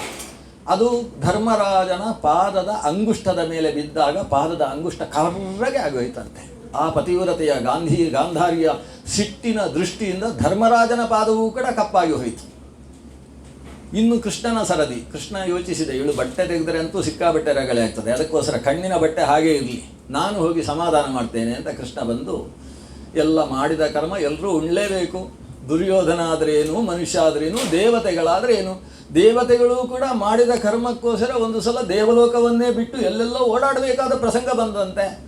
ಆಮೇಲೆ ಕ್ಷೀರಸಾಗರ ಮಥನ ಮಾಡಿ ಸಂಪತ್ತನ್ನು ಪಡಿಬೇಕಂತೆ. ಕರ್ಮ ಯಾರನ್ನೂ ಬಿಡೋಲ್ಲ ಅಂತ ಕೃಷ್ಣ ಬಂದು ಸಮಾಧಾನ ಮಾಡುವುದಕ್ಕೆ ಶುರು ಮಾಡಿದರೆ ಗಾಂಧಾರಿ ಜೋರು ಜೋರು ಮಾತಾಡುವುದಕ್ಕೆ ಶುರು ಮಾಡಿದ್ರು. ಎಲ್ಲ ಆದದ್ದು ನಿನ್ನಿಂದಲೇ, ಸಂಧಾನಕ್ಕೋಸ್ಕರ ಅಂತ ಅವತ್ತು ಬಂದು ಯುದ್ಧವನ್ನೇ ತೀರ್ಮಾನ ಮಾಡಿಕೊಂಡು ಹೋದೆ. ಸೀದಾ ನಮ್ಮ ದುರ್ಯೋಧನನ ಮನೆಗೆ ಬಂದು ಒಂದು ಊಟ ಮಾಡಿ ಹೋಗ್ಬೋದಿತ್ತ ನಿಮಗೆ? ಸಂಧಾನಕ್ಕೆ ಬಂದವ ದುರ್ಯೋಧನನ ಮನೆ ಇಲ್ಲ, ಸೀದಾ ವಿದುರನ ಮನೆಗೆ. ಇದರ ಅರ್ಥ ಏನು? ಯುದ್ಧವೇ ಆಗಬೇಕು, ದುರ್ಯೋಧನನ್ನು ಕೆರಳಿಸಬೇಕು ಅಂತಲೇ ಅಲ್ವ ನಿನ್ನ ಉದ್ದೇಶ? ಅಲ್ಲಿಂದಲೂ ನೀನು ಯುದ್ಧವನ್ನೇ ತೀರ್ಮಾನ ಮಾಡಿದವ ಅಲ್ವಾ ಅಂತ ಕೃಷ್ಣನನ್ನು ಬೈತಾ ಇದ್ದ ಹಾಗೆ ಸಿಟ್ಟು ಜಾಸ್ತಿ ಆಯಿತು. ಅದಕ್ಕೆ ಸರಿಯಾಗಿ ಅವಳು ಜೋರು ಬೈತಾ ಇದ್ದರೆ ಇವನು ಸ್ವಲ್ಪ ಜೋರಾಗಿ ನಗುವುದಕ್ಕೆ ಶುರು ಮಾಡಿದ ಕೃಷ್ಣ. ಯಾಕಂದರೆ ಸಿಕ್ಕಾಬಟ್ಟೆ ಕೆರಳಿಸಿ ಬಿಡಬೇಕು ಈ ಗಾಂಧಾರಿಯನ್ನು. ಇದ್ದ ಸಿಟ್ಟೆಲ್ಲ ಒಂದು ಸ್ಫೋಟ ಆದರೆ ಆಮೇಲೆ ಸರಿಯಾಗ್ತಾರೆ ಇವರೆಲ್ಲ ಅಂತ ಕೃಷ್ಣ ಮತ್ತೆ ಕೆರಳಿಸಿದ. ಇನ್ನಷ್ಟು ಸಿಟ್ಟು ಬೈದ್ಲು. ಕೊನೆಗೆ ನನ್ನ ಅಣ್ಣ ತಮ್ಮಂದಿರನ್ನು ಈ ಮಕ್ಕಳು ಪರಸ್ಪರ ಹೋರಾಡಿ ಸಾಯುವುದನ್ನು ನೋಡಿ ಖುಷಿಪಟ್ಟೆ ಅಲ್ಲ ಕೃಷ್ಣ, ನೀವು ಕೂಡ ಅಣ್ಣ ತಮ್ಮಂದಿರು ಯಾದವರು ಅಂತಃಕಲಹದಿಂದ ಸತ್ತು ಪುಡಿಯಾಗಿ ಹೋಗ್ರಿ ಅಂತ ಶಾಪ ಕೊಟ್ಲಂತೆ. ಕೃಷ್ಣ ಖುಷಿಯಿಂದ ಎಷ್ಟು ಒಳ್ಳೆ ಶಾಪ ಕೊಟ್ಟೆ ಅಮ್ಮ ಅಂತ ಹೇಳಿ ನಮಸ್ಕಾರ ಮಾಡ್ತಾನೆ ಗಾಂಧಾರಿಗೆ. ಯಾಕಂದರೆ ಕೃಷ್ಣ ಅವತಾರ ಸಮಾಪ್ತಿ ಮಾಡುವ ಸಂಕಲ್ಪ ಮಾಡಿದ್ದಾನೆ, ಅದಕ್ಕೆ ಅನುಗುಣವಾದ ಶಾಪ ಬರುವ ಹಾಗೆ ಅವಳ ಒಳಗೆ ನಿಂತು ಪ್ರೇರಣೆ ಮಾಡ್ತಾನೆ. ಅಂತಃ ಪ್ರೇರಕನಾದವ ಕೃಷ್ಣ. ದುರ್ಯೋಧನನಿಗೆ ಆ ವಿಷಯ ಗೊತ್ತಿತ್ತು, ಕೃಷ್ಣ ನನ್ನ ಒಳಗೆ ಕೂತಿದ್ದಾನೆ, ಅವನು ಏನೇನೂ ಪ್ರೇರಣೆ ಮಾಡ್ತಾನೆ ಅಂತ ಅವನಿಗೆ ಗೊತ್ತು. ವಿದುರ ಬಂದು ದುರ್ಯೋಧನನಿಗೆ ಹೇಳಿದ, ದುರ್ಯೋಧನ ಯಾಕೆ ಇಷ್ಟು ಕೆಟ್ಟ ಕೆಲಸ ಮಾಡ್ತಿ? ಧರ್ಮರಾಜನನ್ನು ನೋಡಿ ಕಲಿ, ಸ್ವಲ್ಪ ಒಳ್ಳೆ ಕೆಲಸ ಮಾಡಿದರೆ ವಂಶ ಆದರೂ ಉಳಿದಿತ್ತು ಅಂತ ಹೇಳಿದ. ಅದಕ್ಕೆ ದುರ್ಯೋಧನ ಹೇಳ್ತಾನೆ, ಚಿಕ್ಕಪ್ಪ ನನಗೆ ಉಪದೇಶ ಮಾಡಲಿಕ್ಕೆ ಬಂದರೆ ಜಾಗ್ರತೆ, ನಿನಗಿಂತ ಜಾಸ್ತಿ ಗೊತ್ತು ನನಗೆ ಅಂತ ಹೇಳ್ತಾನೆ. ಜಾನಾಮಿ ಧರ್ಮಂ ನಚ ಮೇ ಪ್ರವೃತ್ತಿ, ಜಾನಾಮ್ಯ ಧರ್ಮಂ ನಚ ಮೇ ನಿವೃತ್ತಿ. ನಾನು ಧರ್ಮಶಾಸ್ತ್ರ ಎಲ್ಲ ಓದಿದ್ದು ಯಾಕೆ ಗೊತ್ತೋ? ಯಾವುದು ಮಾಡಬಾರ್ದು ಅಂತ ತೀರ್ಮಾನಿಸೋಕ್ಕೋಸ್ಕರ, ಮತ್ತು ಯಾವುದು ಮಾಡಬೇಕು ಅಂತಲ್ಲ. ಅಧರ್ಮವನ್ನೆಲ್ಲ ಯಾವುದು ಅಧರ್ಮ ಅಂತ ತಿಳ್ಕೊಂಡಿದ್ದೇನೆ, ಯಾಕೆ? ಅದನ್ನೇ ಮಾಡಬೇಕು ಅಂತ ಕಲಿಯುವುದಕ್ಕೋಸ್ಕರ ಅಧರ್ಮವನ್ನು ತಿಳ್ಕೊಂಡಿದ್ದೇನೆ. ಹಾಗೆ ಅಂತೇಳಿ ಧರ್ಮದಲ್ಲಿ ಪ್ರವೃತ್ತಿ ಇಲ್ಲ, ಅಧರ್ಮದಿಂದ ನಿವೃತ್ತಿ ಇಲ್ಲ. ಯಾಕೆ? ಕೇನಾಪಿ ದೇವೇನ ಹೃದಯ ಸ್ಥಿತೇನ ಯಥಾ ನಿಯುಕ್ತೋಸ್ಮಿ ತಥಾ ಕರೋಮಿ. ಯಾವನೋ ಒಬ್ಬ ದೇವ ನನ್ನ ಹೃದಯದಲ್ಲಿ ಕೂತುಕೊಂಡು ಹೀಗೆ ಮಾಡು ಅಂತಾನೆ, ಹೀಗೆ ಮಾಡಬೇಡ ಅಂತಾನೆ. ಅವನಿಂದ ಯಾವ ರೀತಿಯ ನಿಯೋಜನೆ ಪ್ರೇರಣೆ ನನಗೆ ಸಿಗ್ತದೋ ಅದಕ್ಕೆ ಅನುಗುಣವಾದ ವ್ಯವಹಾರ ನನ್ನಲ್ಲಿದೆ. ಅಂದರೆ ತಪ್ಪೆಲ್ಲ ದೇವರದು ಅಂತ. ಇವನಿಗೂ ಒಳಗೊಬ್ಬ ದೇವರಿದ್ದಾನೆ ಅಂತ ಗೊತ್ತು, ಆ ದೇವರ ಹೆಸರು ಮಾತ್ರ ಹೇಳೋಲ್ಲವ. ದೇವರ ಹೆಸರು ಹೇಳಿದರೆ ಸ್ನಾನ ಮಾಡಿ ಬರಬೇಕಾಗ್ತದೆ ಅಂತ ಅನ್ನಿಸು ಖಳಾವ. ಕೇನಾಪಿ ದೇವೇನ, ಯಾವನೋ ಒಬ್ಬ ದೇವ ನನ್ನ ಹೃದಯದಲ್ಲಿ ನಿಂತು ಪ್ರೇರಣೆ ಮಾಡ್ತಾನೆ ಅಂತ. ದುರ್ಯೋಧನನಿಗೂ ಅಂತರ್ಯಾಮಿ ತತ್ವದ ಬಗ್ಗೆ ಪ್ರಜ್ಞೆ ಇತ್ತು, ಆದರೆ ಅದಕ್ಕೆ ಅನುಗುಣವಾದ ಧಾರ್ಮಿಕ ವ್ಯವಹಾರ ಅವನ ಸ್ವಭಾವ ಯೋಗ್ಯತೆಯಲ್ಲಿ ಇರಲಿಲ್ಲ.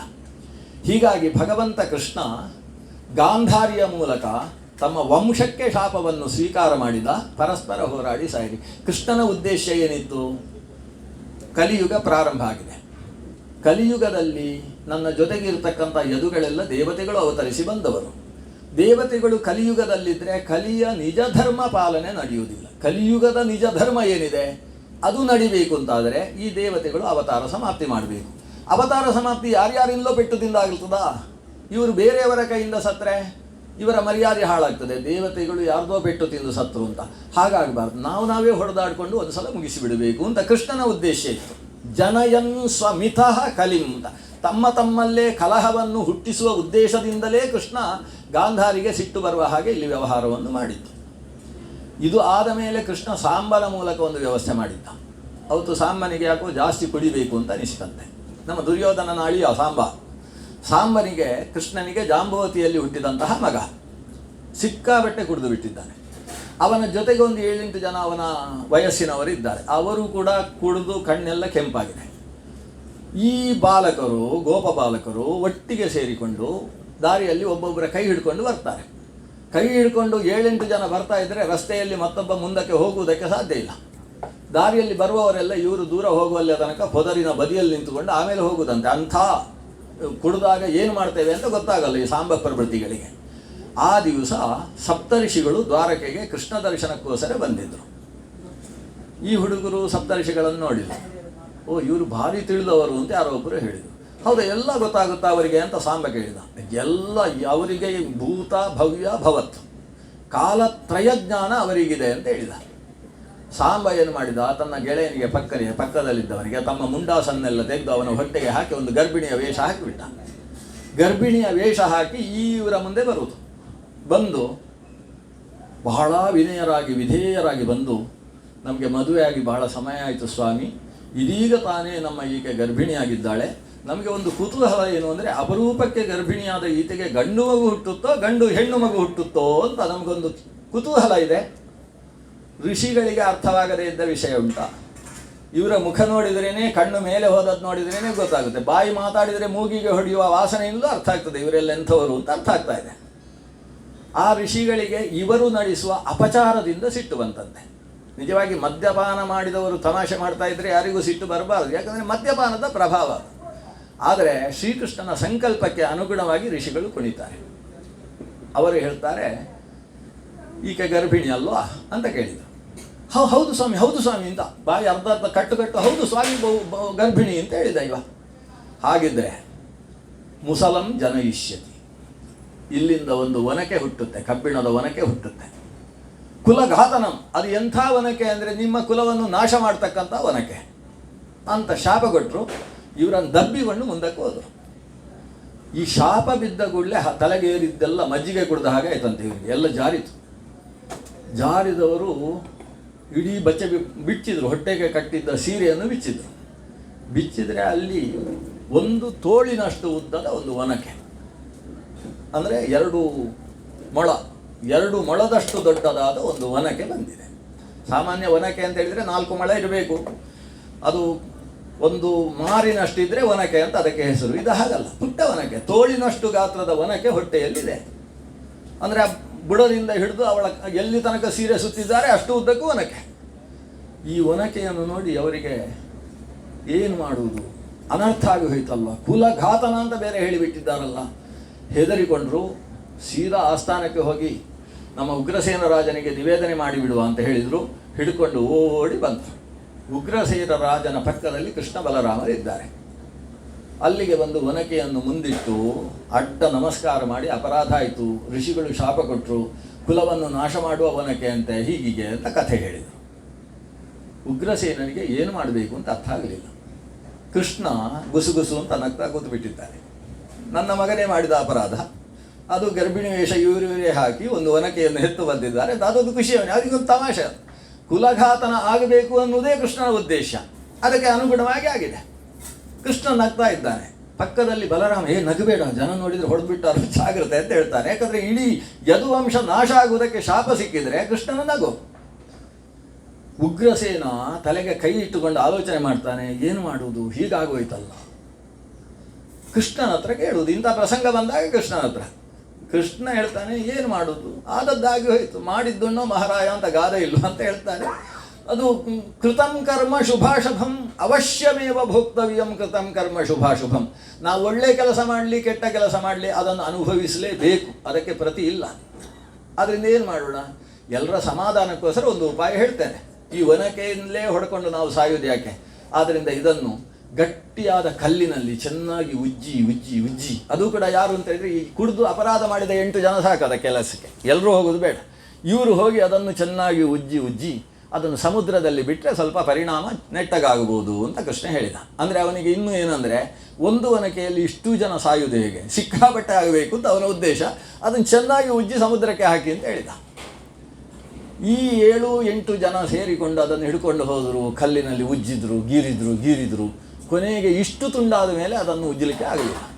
ನಾವೆಲ್ಲ ಗಂಧದ ಕೊರಡು ಉಜ್ಜಿ ಕೊನೆಗೆ ತುಂಡಾದ ಮೇಲೆ ತೆಗೆದು ಇಡೋದಿಲ್ಲ, ಪೂರ್ಣಾಹುತಿಗೆ ಹಾಕ್ಲಿಕ್ಕಿರಲಿ ಯಾವುದಾದ್ರೂ ಹೋಮಕ್ಕೆ ಅಂತ ತೆಗೆದು ಇಡ್ತೇವಲ್ವ. ಹಾಗೆ ಈ ಪುಟ್ಟ ತುಂಡು, ಇದರಿಂದ ನಮ್ಮ ಕುಲ ನಾಶ ಆಗುವುದು ಹೇಗೆ ಅಂತೇಳಿ ಎತ್ತಿ ಸಮುದ್ರಕ್ಕೆ ಅದನ್ನು ಬಿಸಾಡಿಬಿಟ್ರು. ಬಿಸಾಡಿದಂತಹ ಪುಟ್ಟ ತುಂಡನ್ನು ಹಸಿದಿದ್ದಂತಹ ಒಂದು ಹೆಣ್ಣು ಮೀನು ನುಂಗಿಬಿಟ್ಟಿತು. ಹಸಿವೆ ಅದು ಬಿದ್ದರೆ ಸಾಕು ಟಕ್ ಅಂತ ನುಂಗುತ್ತೆ. ಇದನ್ನು ನುಂಗಿತದು. ನುಂಗಿದ್ದ ಮೀನನ್ನು ಒಬ್ಬ ಬೆಸ್ತ ಹಿಡಿದ ಮೀನನ್ನು ಒಬ್ಬ ವ್ಯಾಧ ಖರೀದಿಸಿದ ಮೀನನ್ನು ಮನೆಯಲ್ಲಿ ಕತ್ತರಿಸುವ ಹೊತ್ತಿಗೆ ಒಳಗೆ ಇಷ್ಟು ಉದ್ದದ ಚೂಪಾದ ಕಬ್ಬಿಣದ ತುಂಡು ಸಿಕ್ಕಿತು. ಖುಷಿ ಆಯಿತು ಅವನಿಗೆ. ಹೊಟ್ಟೆ ಇದರಲ್ಲೂ ಒಂದು ಕಬ್ಬಿಣದ ತುಂಡಲ್ವ, ಬಹಳ ಅಪರೂಪದ್ದು ಅಂತ ಹೇಳಿ ತಾನು ಬೇಟೆಗೆ ಹೋಗುವಂತಹ ಬಾಣದ ತುದಿಗೆ ಸೇರಿಸಿಕೊಂಡ. ಶಿಲೀಮುಖ ಅಂತ ಬಾಣಕ್ಕೆ ಹೆಸರು.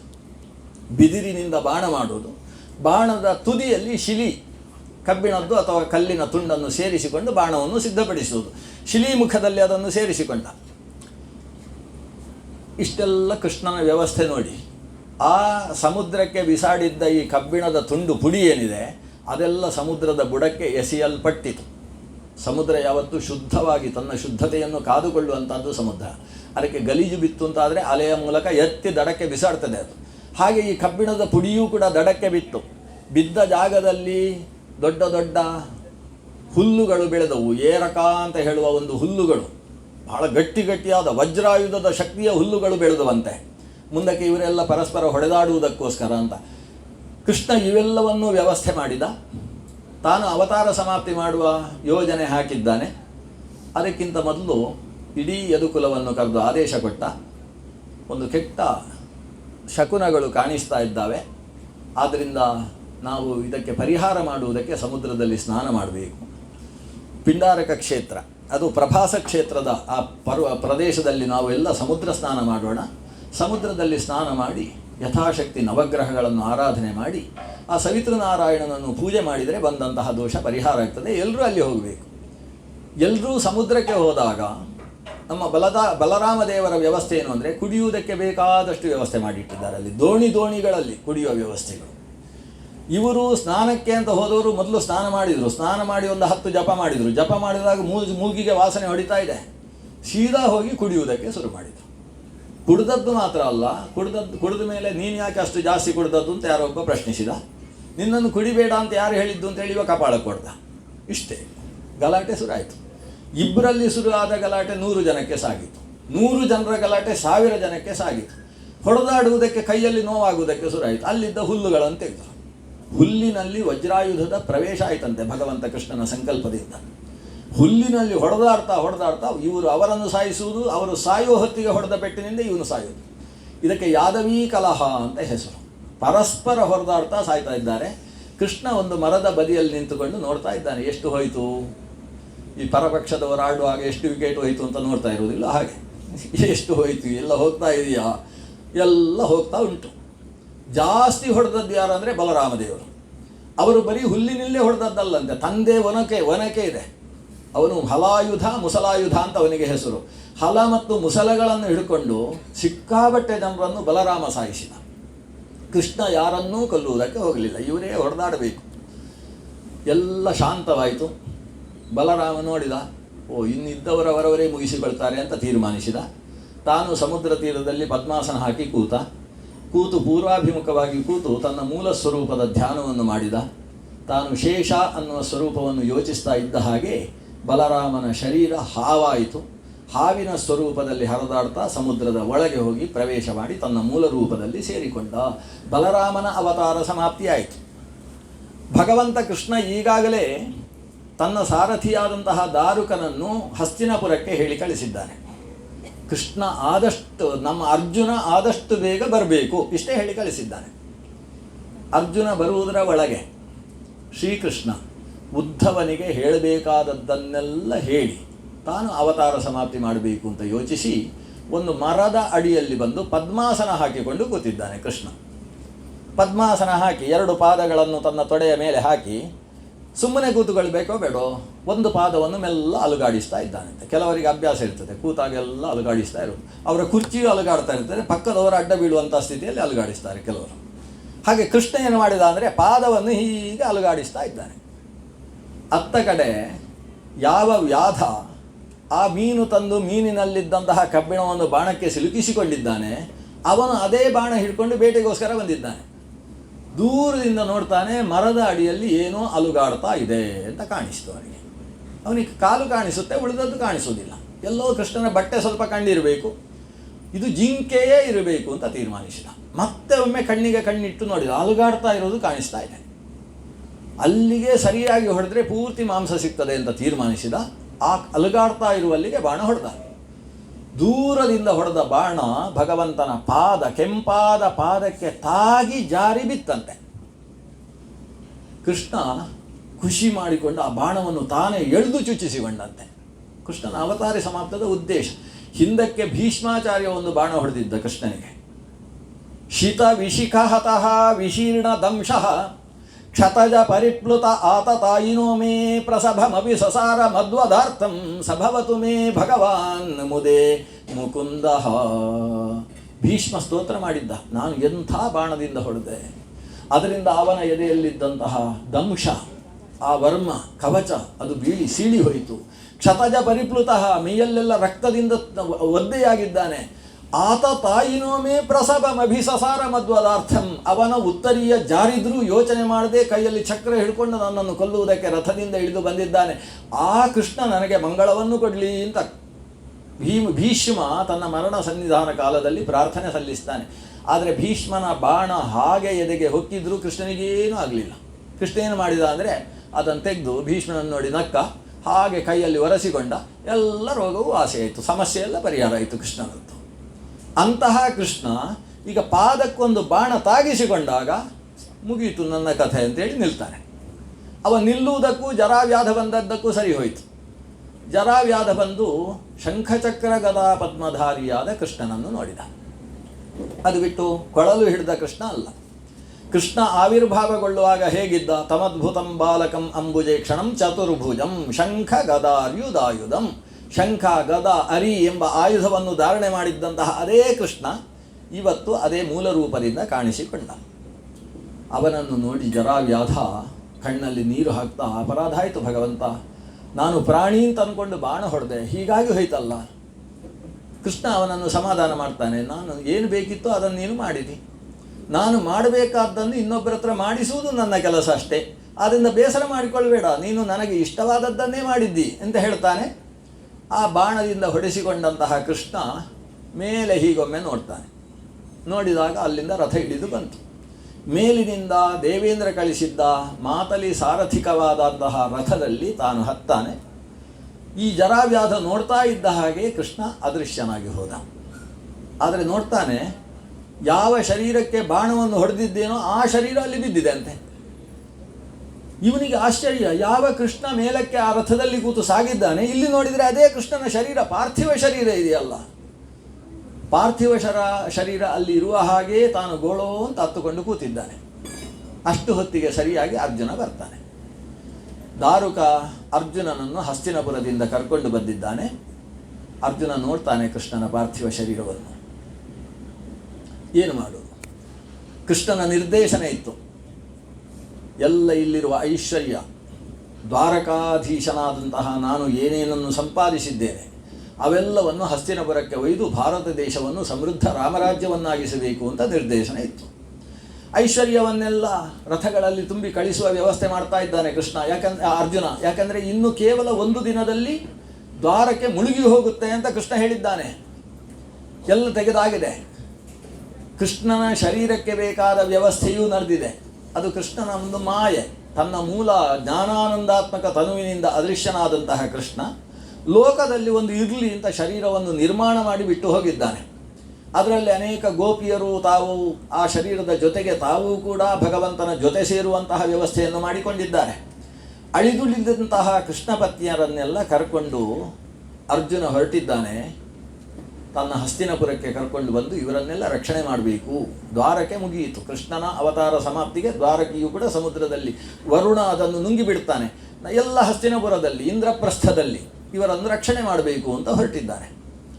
ಹೊರಟು ಬರುವಾಗ ದರೋಡೆಕೋರರು ಆಕ್ರಮಿಸ್ತಾರೆ.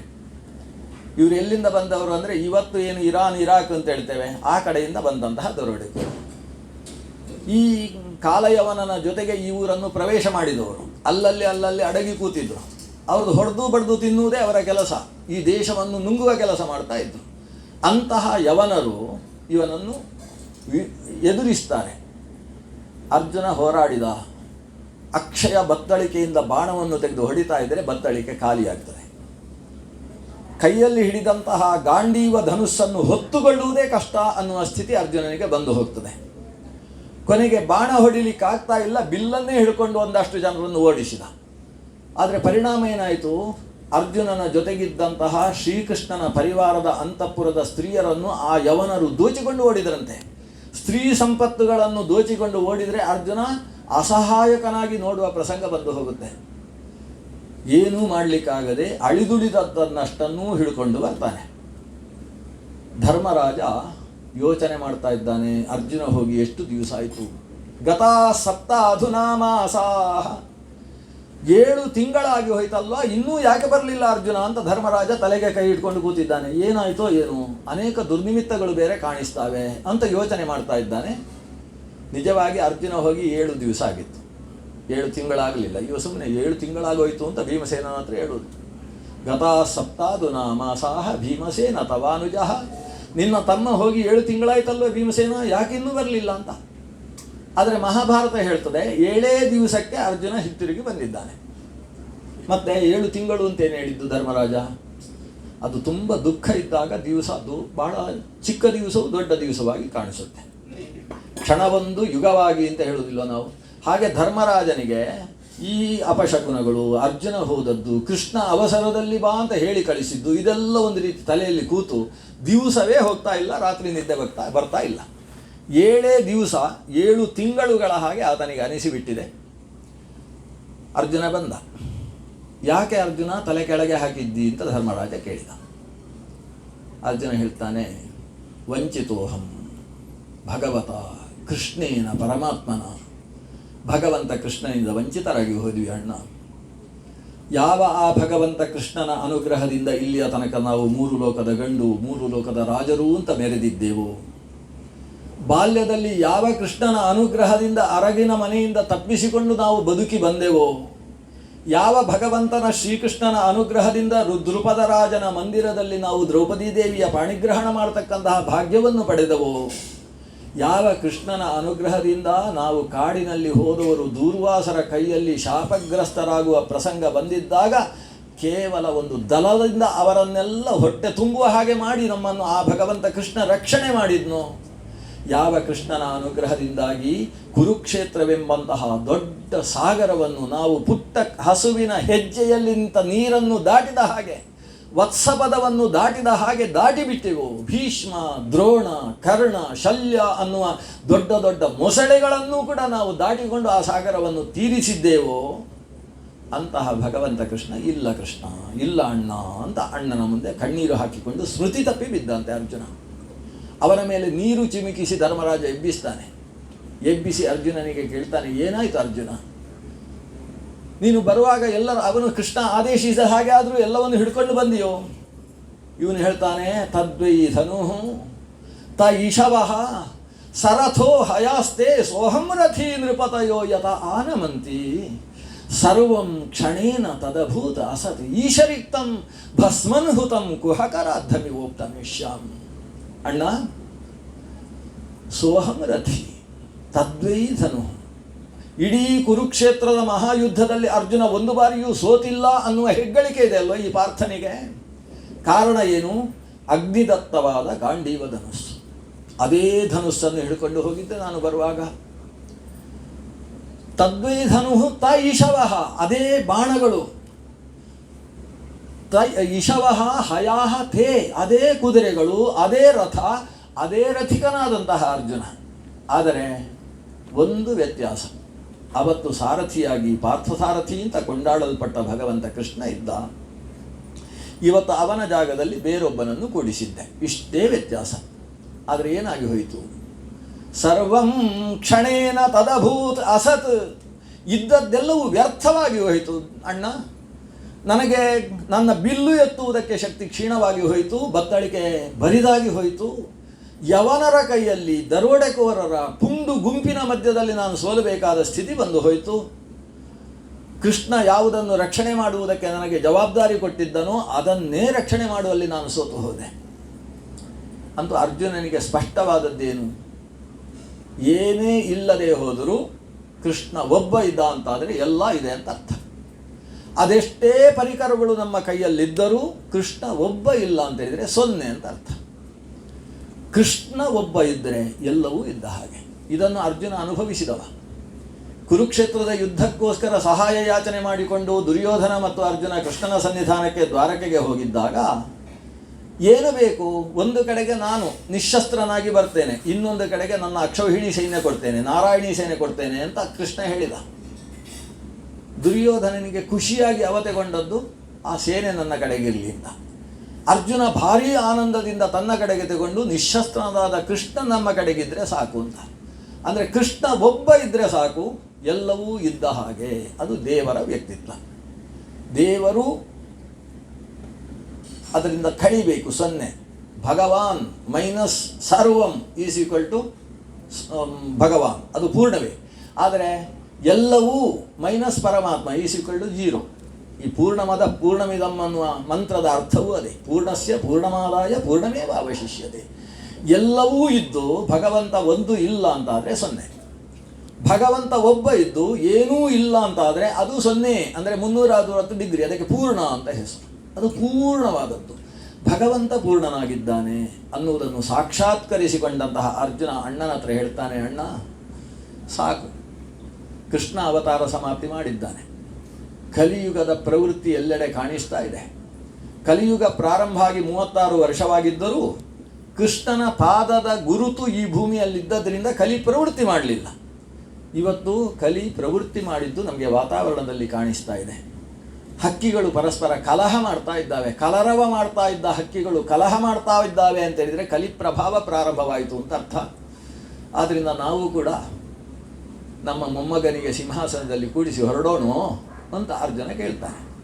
ಧರ್ಮರಾಜ ಆ ಕ್ಷಣದಲ್ಲಿ ತಮ್ಮ ಮೊಮ್ಮಗನಾದಂತಹ ಪರೀಕ್ಷಿತನನ್ನು ಸಿಂಹಾಸನದಲ್ಲಿ ಕುಳ್ಳಿರಿಸಿ ದ್ರೌಪದೀ ದೇವಿಯ ಜೊತೆಗೆ ತಾವು ಮಹಾಪ್ರಸ್ಥಾನವನ್ನು ಕೈಗೊಳ್ಳುತ್ತಾರೆ.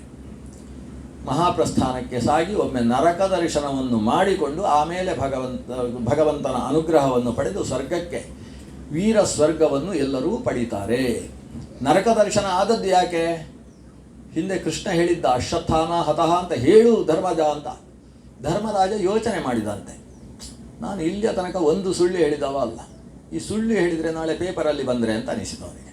ಧರ್ಮರಾಜ ಹೇಳಿದ ಸುಳ್ಳು ಅಂತ ಅದನ್ನೇ ಪ್ರಧಾನವಾಗಿ ಆಗ್ತಾರಲ್ವ, ನನ್ನ ಮರ್ಯಾದೆ ಹೋಗಬಾರ್ದು, ಸುಳ್ಳು ಹೇಳುವುದಿಲ್ಲ ಅಂತ ಕೂತ. ಭೀಮಸೇನ ಬಂದು ಹೇಳಣ್ಣ ಕೃಷ್ಣ ಹೇಳ್ತಾ ಇದ್ದಾನೆ, ಭೀಷ್ಮರು ಬದುಕುವುದಕ್ಕೋಸ್ಕರ ಸುಳ್ಳು ಹೇಳು ಅಂತ ಹೇಳ್ತಾನೆ. ಇಲ್ಲಿ ಹೋದರೆ ಭೀಷ್ಮರನ್ನು ಕೊಂದ ದೋಷ ಬರುತ್ತೆ ನಿಮಗೆ, ಸುಳ್ಳು ಹೇಳು. ಇವ ಹೇಳುವುದಿಲ್ಲ ಅಂತ ಕೂತ. ಆಗ ಭೀಮ ಗದೆ ಹಿಡ್ಕೊಂಡು ಅಲ್ಲಿದ್ದ ಆನೆಗೆ ಎಡಗೈಯಲ್ಲಿ ಹೊಡಿತಾನೆ. ಆ ಆನೆ ಅಶ್ವತ್ಥಾಮ ಅಂತ ಆನೆಯ ಹೆಸರು. ಆ ಅಶ್ವತ್ಥಾಮ ಆನೆಯನ್ನು ಹೊಡೆದು ಅದರ ತಲೆಯಲ್ಲಿದ್ದಂತಹ ಬಂಗಾರದ ಪದಕ ತೆಗೆದು ನೋಡು, ಅಶ್ವತ್ಥಾಮ ಅಶ್ವತ್ಥಾಮ ಹತಃ ಹೇಳು ಅಂತ ಹೇಳ್ತಾನೆ. ಅಶ್ವತ್ಥಾಮನೆಂಬ ಆನೆಯನ್ನು ಕೊಂದು ಅಶ್ವತ್ಥಾಮ ಹತಃ ಅಂತ ಹೇಳು ಅಂತ ಹೇಳಿದಾಗ ಧರ್ಮರಾಜನಿಗೆ ಒಂದು ಉಪಾಯ ಹೊಳೆಯಿತು. ಗಟ್ಟಿಯಾಗಿ ಅಲ್ಲಿ ದ್ರೋಣ ಕೇಳ್ತಾ ಇದ್ದಾನೆ, ಹೌದೇನಪ್ಪ ಅಶ್ವತ್ಥಾಮ ಸತ್ನ ಅಂತ ಕೇಳ್ತಾನೆ. ಇವ ಅಶ್ವತ್ಥಾಮ ಹತಃ ಕುಂಜರಹ ಅಂತ ಮೆಲ್ಲ ಹೇಳಿದ. ಅಶ್ವತ್ಥಾಮ ಸತ್ತದ್ದು ಹೌದು, ಅದು ಆನೆ ಆನೆ ಆನೆ ಅಂತ ಮೆಲ್ಲಕ್ಕೆ ಹೇಳಿದ. ಇದಕ್ಕೋಸ್ಕರ ಇವನಿಗೆ ನರಕ ದರ್ಶನ ಆಯ್ತಂತೆ. ಯಾವುದಕ್ಕೋಸ್ಕರ? ಕುಂಜರಹ ಅಂತ ಮೆಲ್ಲೆ ಹೇಳಿದ್ದಕ್ಕಲ್ಲ, ಕುಂಜರ ಅಂತ ಸೇರಿಸಿ ಅನರ್ಥ ಮಾಡಿದ್ನಲ್ಲ ಅದಕ್ಕೋಸ್ಕರ. ಕೃಷ್ಣ ಹೇಳಿದ ಅಶ್ವತ್ಥಾಮ ಹತಃ ಅಂತ ಹೇಳು ಧರ್ಮಜ, ಇವ ಹೇಳೋಲ್ಲ ಅಂತ ಕೂತಲ್ಲ, ಅದಕ್ಕೋಸ್ಕರ ಅವನಿಗೆ ನರಕ ದರ್ಶನ ಆದದ್ದು. ಯಾವುದು ಸತ್ಯ ಯಾವುದು ಧರ್ಮ ಸೂಕ್ಷ್ಮ ಗೊತ್ತಾಗಲಿಲ್ಲ ಧರ್ಮಜನಿಗೆ. ಸತ್ಯಸ್ಯ ವಚನಂ ಶ್ರೇಯಃ ಸತ್ಯಜ್ಞಾನಂತು ದುಷ್ಕರಂ, ಧರ್ಮಸ್ಯ ವಚನಂ ಧರ್ಮಸ್ಯ ಚರಣಂ ಶ್ರೇಯಃ ಧರ್ಮಜ್ಞಾನಂತು ದುಷ್ಕರಂ. ಸತ್ಯ ಹೇಳುವುದು ಒಳ್ಳೆಯದು, ಆದರೆ ಯಾವುದು ಸತ್ಯ ಯಾವುದು ಅಸತ್ಯ ಅಂತ ನಿರ್ಧಾರ ಮಾಡುವುದು ಕಷ್ಟ. ಎಷ್ಟೋ ಸಂದರ್ಭದಲ್ಲಿ ಸುಳ್ಳು ಸತ್ಯವಾಗಿರ್ತದೆ. ಸತ್ಯ ಅನ್ನುವುದಕ್ಕೆ ಅರ್ಥ ಏನು? ಯತ್ಸತಾಂ ಹಿತಮತ್ಯಂತಂ ತತ್ಸತ್ಯಮಿತಿ ಧಾರಣ. ಸತ್ ಅಂದರೆ ಸಜ್ಜನರು ಅಂತ ಅರ್ಥ. ಸತ್ ಜನ ಅಂದರೆ ಸಜ್ಜನ, ಸತ್ ಅಂದರೆ ಸಜ್ಜನ. ಸದ್ಭಾವ ಸಾಧುವಾಚಕ, ಸಾಧುಗಳನ್ನು ಸತ್ ಅನ್ನುವ ಶಬ್ದದಿಂದ ಕರೀತೇವೆ.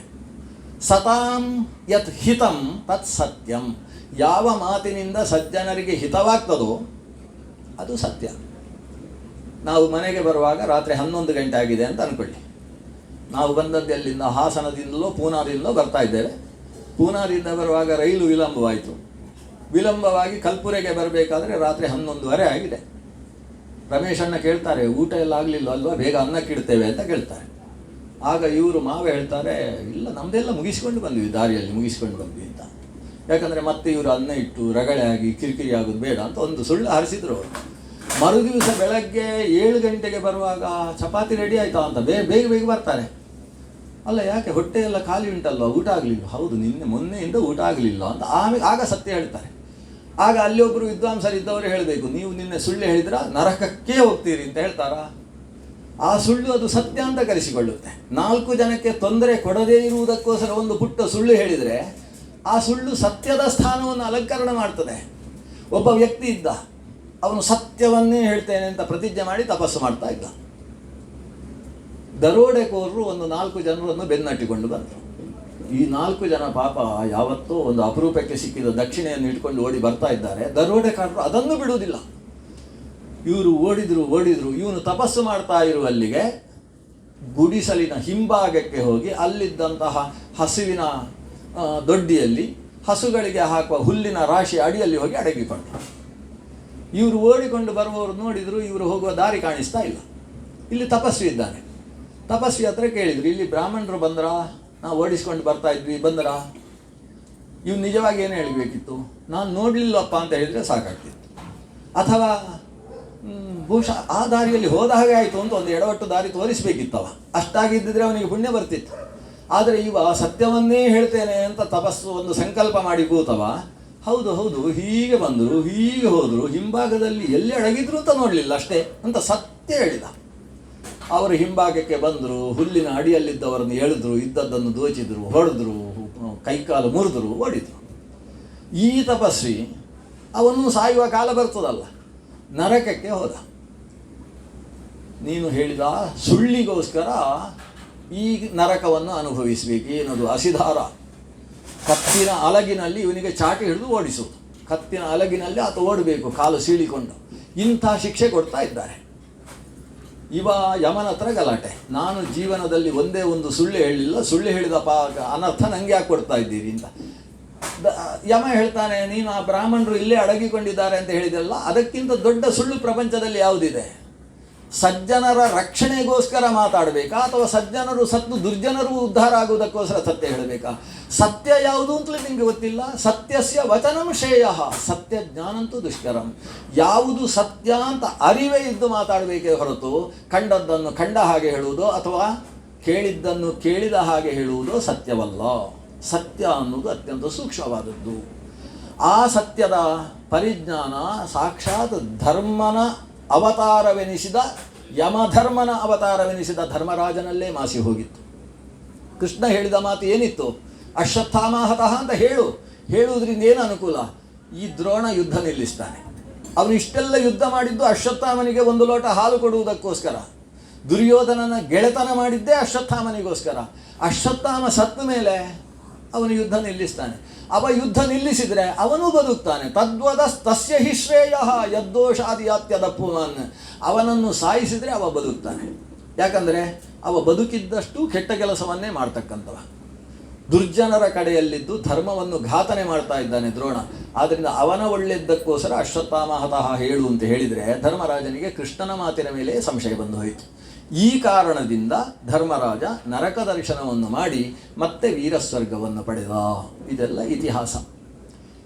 ಇಷ್ಟರ ನಂತರ ಬರುವಂತಹದ್ದು 12 ಸ್ಕಂಧದ ಭಾಗವತ. ಕೃಷ್ಣಾವತಾರಾನಂತರದಲ್ಲಿ ಏನು ಘಟಿಸಿತು?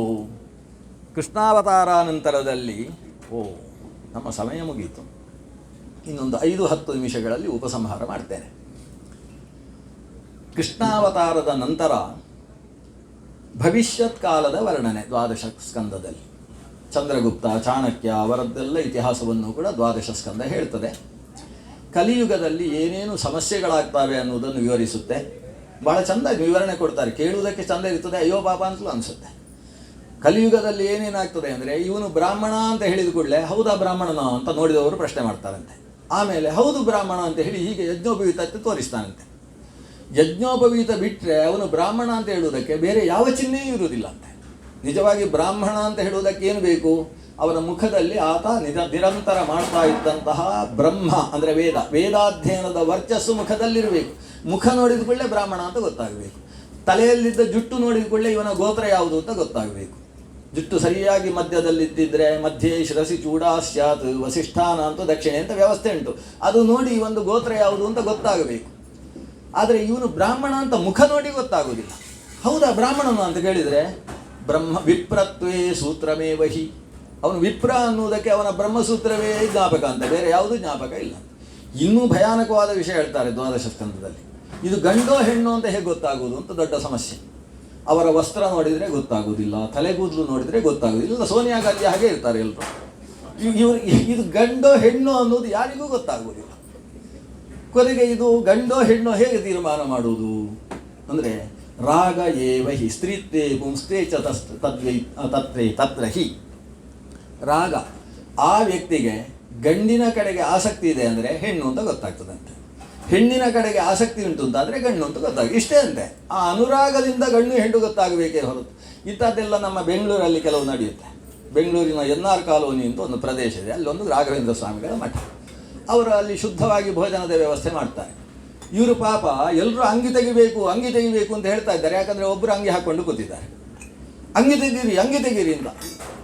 ಇವರು ಹೋಗಿ ಕೊನೆಗೆ ಅವರ ಹತ್ತಿರ ನಿಂತೇ ಹೇಳಿದರು, ಅಂಗಿ ತೆಗಿಬೇಕು, ಇಲ್ಲಿಯ ಸಂಪ್ರದಾಯ, ಗೋಡೆಯಲ್ಲಿ ಬರೆದದ್ದು ಗೊತ್ತಾಗೋದಿಲ್ಲ, ಊಟದಲ್ಲಿ ಅಂಗಿ ತೆಗೆದು ಊಟಕ್ಕೆ ಕೂತ್ಕೊಳ್ಬೇಕು.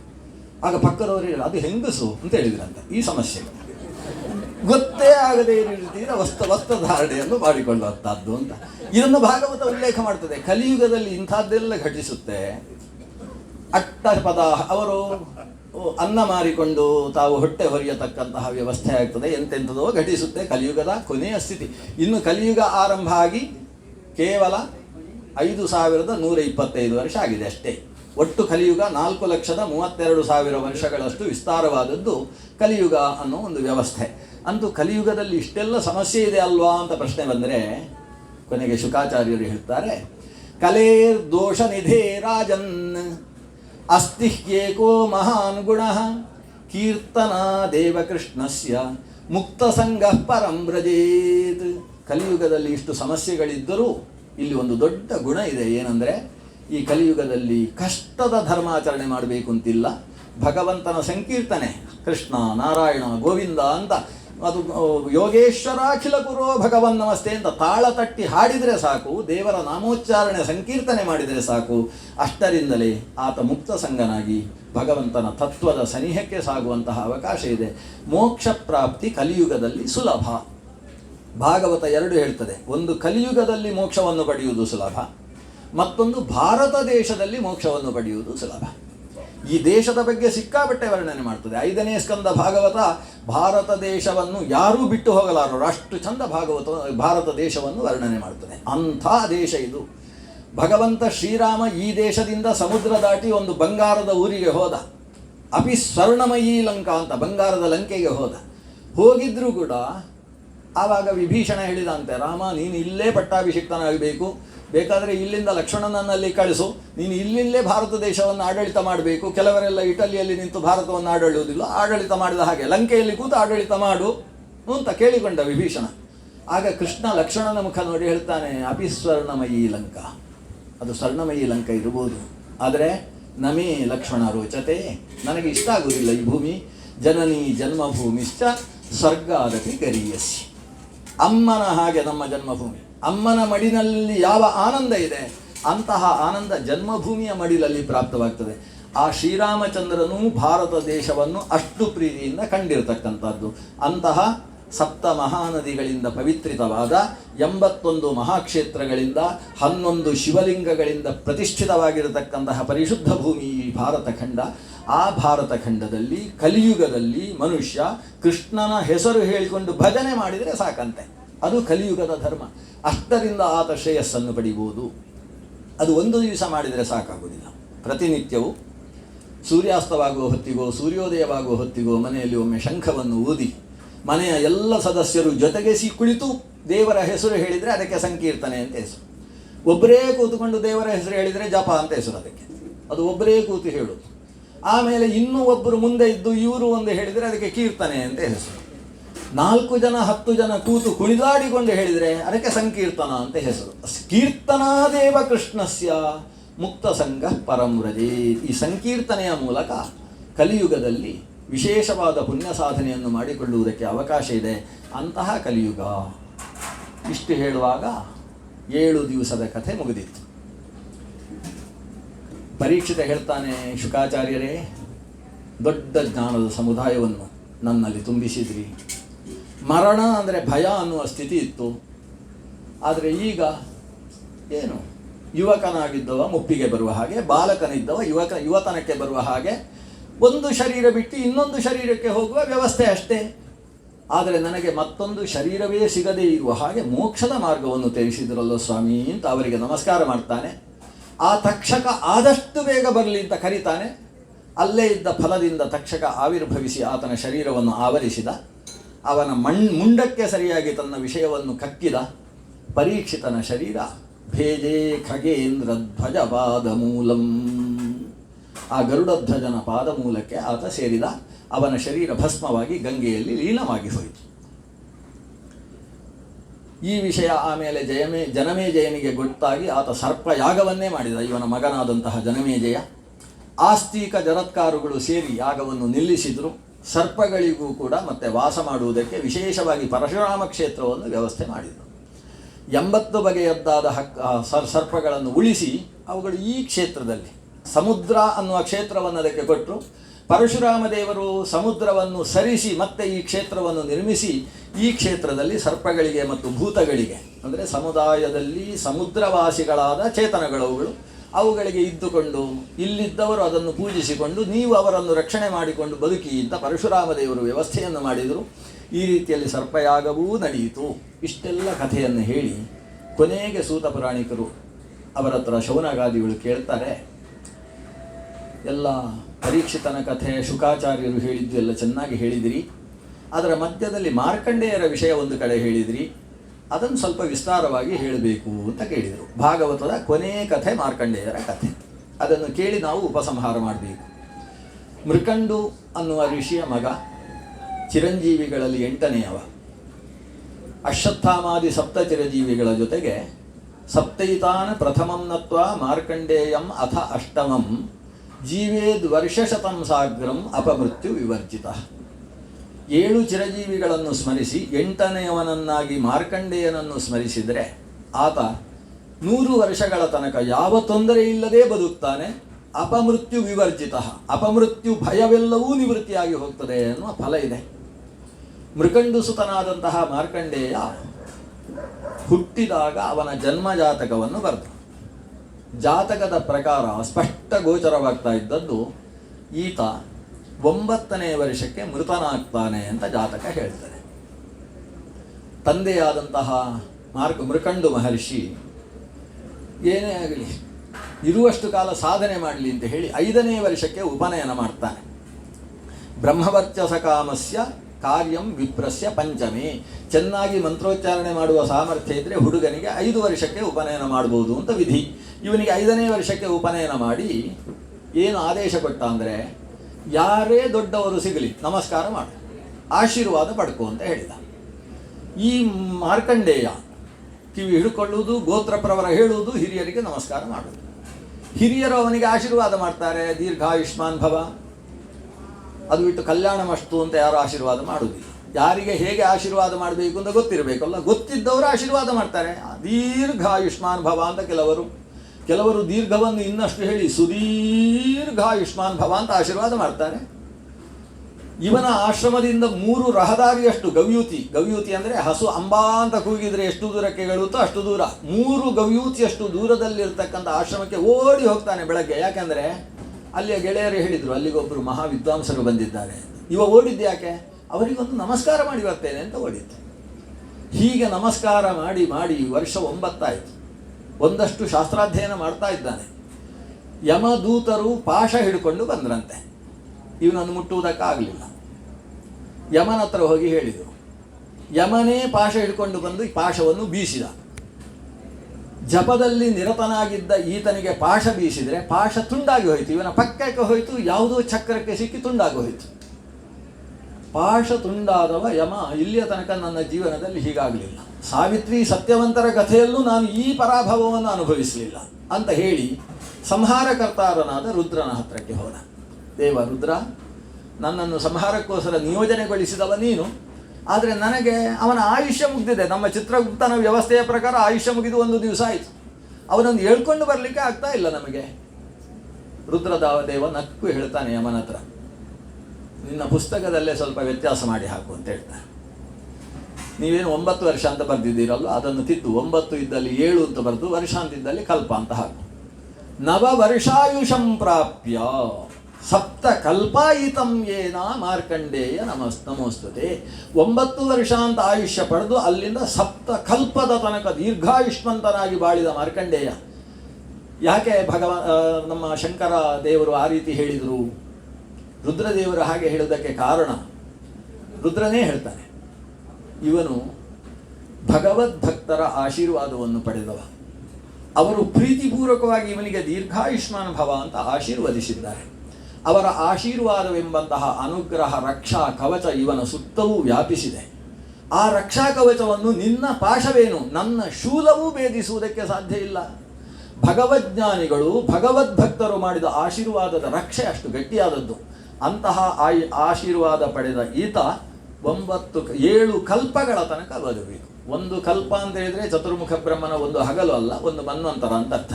7 ಮನ್ವಂತರಗಳ ತನಕ ಈತನ ದೀರ್ಘಾಯುಷ್ಯವನ್ನು ನಾನು ಅನುಗ್ರಹಿಸಿದ್ದೇನೆ ಅಂತ ರುದ್ರನ ಅನುಗ್ರಹದಿಂದ, ಭಗವದ್ಭಕ್ತರ ಆಶೀರ್ವಾದದ ಬಲದಿಂದ ದೀರ್ಘಾಯುಷ್ಯವನ್ನು ಮಾರ್ಕಂಡೇಯ ಪಡೆದ ಅನ್ನುವ ಮಾರ್ಕಂಡೇಯನ ಪುಣ್ಯ ವೃತ್ತಾಂತದ ಜೊತೆಗೆ ಈ 7 ದಿವಸದ ಶ್ರೀಮದ್ ಭಾಗವತ ಸಪ್ತಾಹ ಕಥಾ ಪ್ರವಚನ ಮಹಾಯಜ್ಞವನ್ನು ಕುಲದೇವರು ದುರ್ಗೆ ಅಲ್ವಾ, ಷಣ್ಮುಖ, ಇಲ್ಲೇ ಸನಿಹದಲ್ಲಿರ್ತಕ್ಕಂತಹ ಸುಬ್ಬಣ್ಣ, ಆ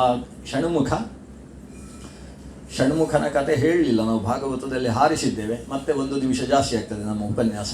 ಯಾಕಂದರೆ ಕುಲದೇವರ ಬಗ್ಗೆ ಹೇಳದೆ ನಿಲ್ಲಿಸುವುದು ಹೇಗೆ. ರುದ್ರ ತೇಜಸ್ ಸಮುದ್ಭವ ಅಂತ ಅವನಿಗೆ ಹೆಸರು. ರುದ್ರ ಮತ್ತು ಪಾರ್ವತೀ ದೇವಿ ಜೊತೆಗಿದ್ದಾಗ ಎಷ್ಟು ಸಮಯವಾದರೂ ಇವರು ಸಂತಾನವನ್ನು ಪಡೀಲಿಲ್ಲ ಅಂತಾದಾಗ ದೇವತೆಗಳು ಅಗ್ನಿಯನ್ನು ಕಳಿಸ್ತಾರೆ ರುದ್ರನ ಹತ್ತಿರಕ್ಕೆ. ಅಗ್ನಿ ಇವರಿಬ್ಬರು ಏಕಾಂತದಲ್ಲಿರುವಾಗ ಪ್ರವೇಶ ಮಾಡಿದ. ಅಗ್ನಿ ಎಲ್ಲಿ ಪ್ರವೇಶಿಸಿದ್ರೂ ಅವನಿಗೆ ದೋಷ ಇಲ್ಲಂತೆ. ಅವನು ಬಂದಾಗ ಪಾರ್ವತೀ ದೇವಿ ಎದ್ದು ನಾಚಿಕೆಯಾಗಿ ದೂರಕ್ಕೆ ಬರ್ತಾಳೆ. ಬಂದಾಗ ರುದ್ರನ ಪ್ರಜನನ ಶಕ್ತಿ ಭೂಮಿಗೆ ಬಿದ್ದು ಬಿಡುತ್ತಂತೆ. ಅದನ್ನು ನೋಡಿದ ಪಾರ್ವತೀ ದೇವಿ ಅಗ್ನಿಯ ಮೇಲೆ ಸಿಟ್ಟು ಮಾಡಿಕೊಂಡು ಹೇಳ್ತಾಳೆ, ನನ್ನ ಹೊಟ್ಟೆಗೆ ಹೋಗಬೇಕಿದ್ದ ಈ ಪ್ರಜನನ ಶಕ್ತಿ, ಈ ವೀರ್ಯ ಶಕ್ತಿ, ರುದ್ರ ತೇಜಸ್ಸು, ಅದನ್ನು ನೆಲಕ್ಕೆ ಬೀಳಿಸುವ ಹಾಗೆ ನೀನಲ್ವಾ ಮಾಡಿದ್ದು, ಅದನ್ನು ನೀನೇ ಧರಿಸಬೇಕು ಅಂತ ಹೇಳಿದ.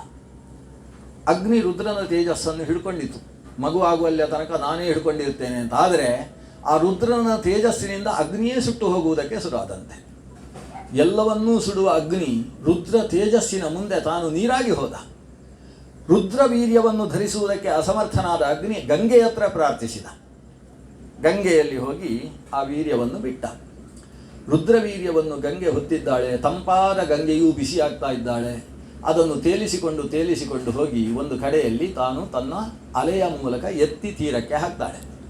ತೀರದಲ್ಲಿ ಭಾರೀ ಹುಲ್ಲು, ಶರವಣ ಅಂತ ಅದಕ್ಕೆ ಹೆಸರು. ಶರ ಅಂತ ಹೇಳುವ ಜಾತಿಯ ಹುಲ್ಲು ಇರತಕ್ಕಂಥ ವನ ಅದು. ಆ ಶರವನದಲ್ಲಿ ಇದು ಬಿದ್ದಾಗ ಅಲ್ಲಿ ಅದು ಮಗು ಆಗ್ತದೆ. ಮಗು ತೇಜಸ್ವಿಯಾದ ಬೆಂಕಿಯ ಹಾಗೆ ಕಾಣಿಸುವ ಮಗು.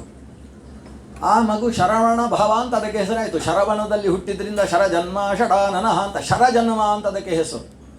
ಶರದಲ್ಲಿ ಹುಟ್ಟಿದ ಮಗು ಅಲ್ಲಿಗೆ ಕೃತ್ತಿಕಾದೇವಿಯರು ಬರ್ತಾರೆ, 6 ಜನ. ಕೃತ್ತಿಕಾದೇವಿಯರಿಗೆ ಈ ಮಗುವನ್ನು ನೋಡಿ ನನ್ನ ಮಗು ಅಂತ ಅನಿಸುವುದಕ್ಕೆ ಶುರುವಾಯಿತು. ಅದಕ್ಕೆ ಹಾಲು ಕೊಡಲಿಕ್ಕೆ ಬಂದರು. 6 ಜನರ ಹಾಲು ಕುಡಿಯುವುದಕ್ಕೆ ಇದು 6 ಮುಖ ಮಾಡಿಕೊಂಡಿತ್ತು. ಅದಕ್ಕೆ ಷಡಾನನ ಷಣ್ಮುಖ ಅಂತ ಹೆಸರಾಯಿತು. ಕೃತ್ತಿಕಾದೇವಿಯರ ಹಾಲು ಕುಡಿದದ್ದರಿಂದ ಕಾರ್ತಿಕೇಯ, ವಿನತೆಯ ಮಗನಿಗೆ ವೈನತೆಯ ಅಂತ ಹೆಸರು ಹೇಗೋ ಹಾಗೆ ಕೃತ್ತಿಕೆಯ ಮಕ್ಕಳಾದ್ರಿಂದ ಕಾರ್ತಿಕೇಯ ಅಂತ ಅವನಿಗೆ ಮತ್ತೊಂದು ಹೆಸರಾಯಿತು. ರುದ್ರನಿಂದ ಜಾರಿ ಬಿದ್ದವನಾದ್ರಿಂದ ಸ್ಕಂದ ಅಂತ ಹೆಸರು. ಸ್ಕಂದ ಅಂದರೆ ಜಾರುವುದು ಅಂತ ಅರ್ಥ. ಅವನನ್ನು ಸ್ಕಂದ ಅಂತ ಕರಿತೇವೆ. ಅವನಿಂದಾಗಿ ವೇದಗಳೆಲ್ಲ ಗಟ್ಟಿಯಾಗಿ ನಿಂತದ್ರಿಂದ ಅವ ದೇವಸೇನಾಧಿಪತಿಯಾಗಿದ್ದುಕೊಂಡು ದುಷ್ಟರ ಸಂಹಾರ ಮಾಡಿ ಬ್ರಹ್ಮವನ್ನು ರಕ್ಷಣೆ ಮಾಡಿದ್ರಿಂದ ಸುಬ್ರಹ್ಮಣ್ಯ ಅಂತ ಅವರಿಗೆ ಹೆಸರು. ನಮಗೆ ಈ ಸುಬ್ರಹ್ಮಣ್ಯ ಅಂತ ಹೇಳಬೇಕು, ಸುಬ್ರಹ್ಮಣ್ಯ ಅಂತ ಹೇಳಬೇಕು ಅಂತ ಎಲ್ಲ ಸಮಸ್ಯೆಯಾಗಿ ನಾವು ಸುಬ್ರಾಯ ಅಂತ ಹೇಳಲಿಕ್ಕೆ ಶುರು ಮಾಡಿದ್ದೇವೆ. ಸ್ವಲ್ಪ ಸುಲಭ. ಸುಬ್ಬರಾಯ ಅಂತ ಅವನನ್ನು ಕರೆಯುವುದಕ್ಕೆ ಶುರು ಮಾಡಿದ್ದೇವೆ. ಅಂತಹ ಷಣ್ಮುಖ ಸ್ಕಂದನಾಗಿ ಲೋಕಪಾಲನೆಯ ಜವಾಬ್ದಾರಿಯನ್ನು ಹೊತ್ತು ದೇವಸೇನಾಧಿನಾಥನಾಗಿ ಇರತಕ್ಕಂಥವ. ಅವನಿಗೂ ಸರ್ಪಗಳಿಗೂ ಒಂದು ನಿಕಟವಾದಂತಹ ಸಂಬಂಧ ಇದೆ. ಸರ್ಪ ಪಾಲಕ ಅಂತ ಅವನಿಗೆ ಹೆಸರು. ಅವನು ಸ್ವತಃ ಮಯೂರ ವಾಹನನಾಗಿರ್ತಕ್ಕಂಥವ. ಮಯೂರಗಳು ಸರ್ಪಗಳನ್ನು ಹಿಡಿಯತಕ್ಕಂಥವುಗಳು. ಅದೇ ಮಯೂರಗಳಿಂದ ಸರ್ಪಗಳಿಗೆ ತಾನು ಅಭಯವನ್ನು ಕೊಟ್ಟಿರತಕ್ಕಂತಹ ದೇವ ಆ ಸುಬ್ಬರಾಯ. ಆ ಕುಲದೇವನಾದ ಷಣ್ಮುಖನನ್ನು ಕೂಡ ಭಕ್ತಿಯಿಂದ ಸ್ಮರಿಸಿಕೊಂಡು 7 ದಿವಸದ ಪುಣ್ಯಕಥಾ ಶ್ರವಣದಿಂದ ಏನು ಪುಣ್ಯ ಪ್ರಾಪ್ತಿಯಾಗ್ತದೆ, ಅದು ಎಷ್ಟು ಪುಣ್ಯ ಅಂತ ಹೇಳುವುದಕ್ಕೆ ಸಾಧ್ಯ ಇಲ್ಲ ಅಂತ ಭಾಗವತ ಹೇಳ್ತದೆ. ಅದು ತಕ್ಕಡಿಯಲ್ಲಿ ಹಾಕಿ ಇನ್ನೆಲ್ಲ ಪುಣ್ಯವನ್ನು ಒಟ್ಟಿಗೆ ಹಾಕಿದರೂ ಭಾಗವತ ಶ್ರವಣದ ಪುಣ್ಯಕ್ಕೆ ಸರಿಯಾಗುವುದಕ್ಕೆ ಯಾವ ಪುಣ್ಯಕ್ಕೂ ಸಾಧ್ಯವಾಗುವುದಿಲ್ಲ. ಅಂತಹ ನಾವು ಸಂಪಾದಿಸಿದ ಶ್ರವಣದ ಪುಣ್ಯ ಏನಿದೆ ಅದನ್ನೆಲ್ಲ ನಮ್ಮ ದೇವರಲ್ಲಿ ಸಮರ್ಪಣೆ ಮಾಡುವುದರ ಮೂಲಕ ಅದನ್ನು ಅಕ್ಷಯವಾಗಿಸಿಕೊಳ್ಳೋಣ. ಈ ಭಾಗವತದ ಪ್ರವಚನಕ್ಕಿಂತ ಪ್ರಮುಖವಾದದ್ದು ಪಾರಾಯಣ. ಅದನ್ನು ಸುಬ್ರಹ್ಮಣ್ಯ ಕಲ್ಲೂರಾಯರು ಮತ್ತು ಅವರ ಮಗನಾದಂತಹ ಸಂತೋಷ ಕಲ್ಲೂರಾಯ ಇವರು ಸೇರಿ ಶ್ರದ್ಧೆಯಿಂದ ಪೂರ್ಣ ಆ ಭಾಗವತದ ಪಾರಾಯಣ ವಿಧಿಬದ್ಧವಾಗಿ ಇಲ್ಲಿ ನಡೆದಿದೆ. ನಮ್ಮ ಇಲ್ಲಿಯ ಮಗಳು ಬೆಂಗಳೂರಿನ ಡಾಕ್ಟ್ರು. ಸಾಮಾನ್ಯ ಡಾಕ್ಟ್ರುಗಳಿಗೆಲ್ಲ ಔಷಧಿ ಕೊಡುವುದರಲ್ಲಿ ಇಷ್ಟ ಇರ್ತದೆ. ಈ ಶಾಸ್ತ್ರ ಶ್ರವಣ, ವಿಷ್ಣು ಸಹಸ್ರನಾಮ ಪಾರಾಯಣ ಅದೆಲ್ಲ ಅವರಿಗೆ ಇಷ್ಟ ಆಗೋದಿಲ್ಲ. ಆದರೆ ವಿಶೇಷ ಏನು ಅಂತ ಹೇಳಿದರೆ, ನಮ್ಮ ನಾರಾಯಣ ಭಟ್ರ ಪುಣ್ಯ, ಅವರು ಮಕ್ಕಳನ್ನು ಆಸ್ತಿಕರಾಗುವ ಹಾಗೆ ಧರ್ಮಶ್ರದ್ಧೆಯಿಂದ ಬೆಳೆಸಿದ್ದಾರೆ. ಮಕ್ಕಳನ್ನು ಬೆಳೆಸುವುದು ದೊಡ್ಡದಲ್ಲ, ಮಕ್ಕಳು ಈ ಭೂಮಿಯ ಮಕ್ಕಳಾಗಿ ಬೆಳೆಯುವುದು ಮುಖ್ಯ. ಅವರು ಎಲ್ಲೇ ಹೋದರೂ ಈ ಭೂಮಿ ಅವರನ್ನು ಎಳಿಬೇಕು, ಇಲ್ಲಿಗೆ ಎಳಿಬೇಕು, ಆ ರೀತಿ ಬೆಳೆಸಬೇಕು. ಆ ಭೂಮಿಯ ಮೇಲೆ ಶ್ರದ್ಧೆ, ಭೂಮಿಯಲ್ಲಿರುವ ಶಕ್ತಿಗಳ ಮೇಲೆ ಶ್ರದ್ಧೆ, ನಮ್ಮ ದೇಶದ ಮೇಲೆ ಶ್ರದ್ಧೆ, ದೇಶದ ಸನಾತನ ಧರ್ಮದ ಮೇಲೆ ಶ್ರದ್ಧೆ ಬರುವ ಹಾಗೆ ಮಕ್ಕಳನ್ನು ಬೆಳೆಸಬೇಕು. ಎಷ್ಟೇ ಓದಿದ್ರು ಅವರು ಈ ಶ್ರದ್ಧೆಯನ್ನು ಬಿಡಬಾರ್ದು ಅನ್ನುವ ರೀತಿಯಲ್ಲಿ ಬೆಳೆಸಿದರೆ ಅದು ಹಿರಿಯರ ಪುಣ್ಯ ಅಂತ ಅರ್ಥ. ಅದಕ್ಕೆ ಅನುಗುಣವಾಗಿ ತಮ್ಮನಿಗೆ ಒಂದು ಅನಾರೋಗ್ಯದ ಸೂಚನೆ ಬಂದ ಕೂಡಲೇ ಈ ಭಾಗವತದ ಸಪ್ತಾಹದಿಂದಾಗಿ ಅದಕ್ಕೆ ಬಹಳ ಬಲ ಸಿಗ್ತದೆ, ದೋಷ ಪರಿಹಾರ ಆಗ್ತದೆ, ದೀರ್ಘಾಯುಷ್ಯ ಸಿದ್ಧಿಸುತ್ತದೆ ಅನ್ನುವ ಆ ದೃಢ ನಂಬಿಕೆ, ಶಾಸ್ತ್ರದ ಮೇಲಿನ ಶ್ರದ್ಧೆಯ ಮೇಲೆ ಈ ಭಾಗವತದ ವಿಧಿವಿಧಾನಗಳನ್ನೆಲ್ಲ ಶ್ರದ್ಧೆಯಿಂದ ಅನುಷ್ಠಾನ ಮಾಡಿದ್ದಾರೆ. 7 ದಿವಸ ನಮ್ಮನ್ನಿಟ್ಟುಕೊಂಡು ಬೇಕಾದ್ದೆಲ್ಲ ಕೊಟ್ಟು ಇದು ನಮ್ಮ ಮನೆಯೋ ಇನ್ನೊಬ್ಬರ ಮನೆಯೋ ಅಂತ ಗೊತ್ತಾಗದೇ ಇರುವ ರೀತಿಯ ವ್ಯವಸ್ಥೆಯನ್ನು ಪರಿಕಲ್ಪಿಸಿದ್ದಾರೆ. ರಾಜಾರಾಮ ಮತ್ತು ವೀಣಾ ದಂಪತಿಗಳು ಯಾವ ಉದ್ದೇಶದಿಂದ ಈ ಕರ್ಮಾನುಷ್ಠಾನವನ್ನು ನಡೆಸಿದ್ದಾರೋ ಅಂತಹ ಪೂರ್ಣ ಫಲ ಈ ಕುಟುಂಬಕ್ಕೆ ಪ್ರಾಪ್ತಿಯಾಗಲಿ.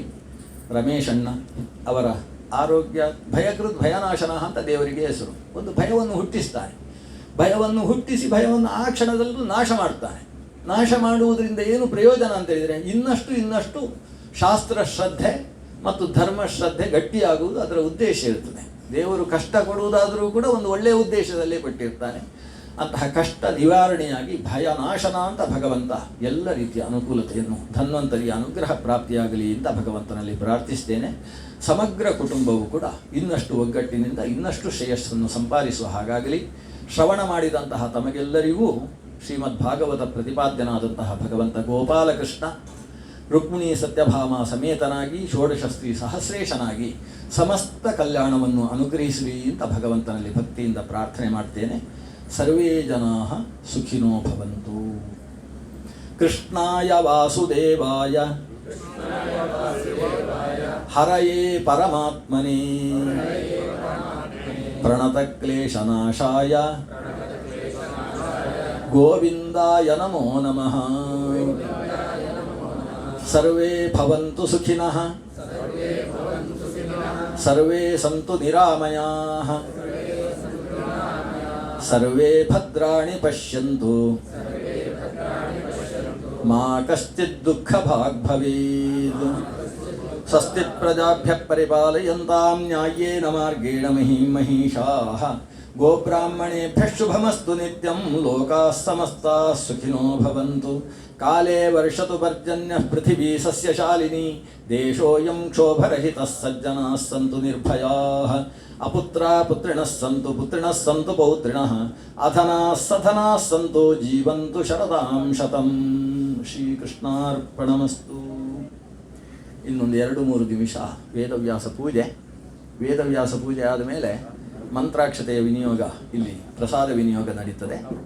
ಆಮೇಲೆ ಒಂದು ಅವಭೃತ ಸ್ನಾನ ಅಂತ ಯಜಮಾನ ದಂಪತಿಗಳು ಅವಭೃತ ಸ್ನಾನ ಮಾಡುವ ಪ್ರಕ್ರಿಯೆ ಇರ್ತದೆ. ಅದಾದಮೇಲೆ ಯಜ್ಞದ ಉಪಸಂಹಾರದ ಪ್ರಕ್ರಿಯೆ, ದಾನ ದಕ್ಷಿಣೆಗಳ ಕೆಲಸ ಮುಗಿದುಕೊಳ್ಳೆ ಎಲ್ಲರೂ ಅನ್ನದಾನ ಪ್ರಸಾದ ಸ್ವೀಕಾರ ಮಾಡಬೇಕು ಅಂತ ಇಲ್ಲಿಯ ನಾರಾಯಣ ಭಟ್ರ ಕುಟುಂಬ ಕೇಳಿಕೊಳ್ತಾ ಇದೆ.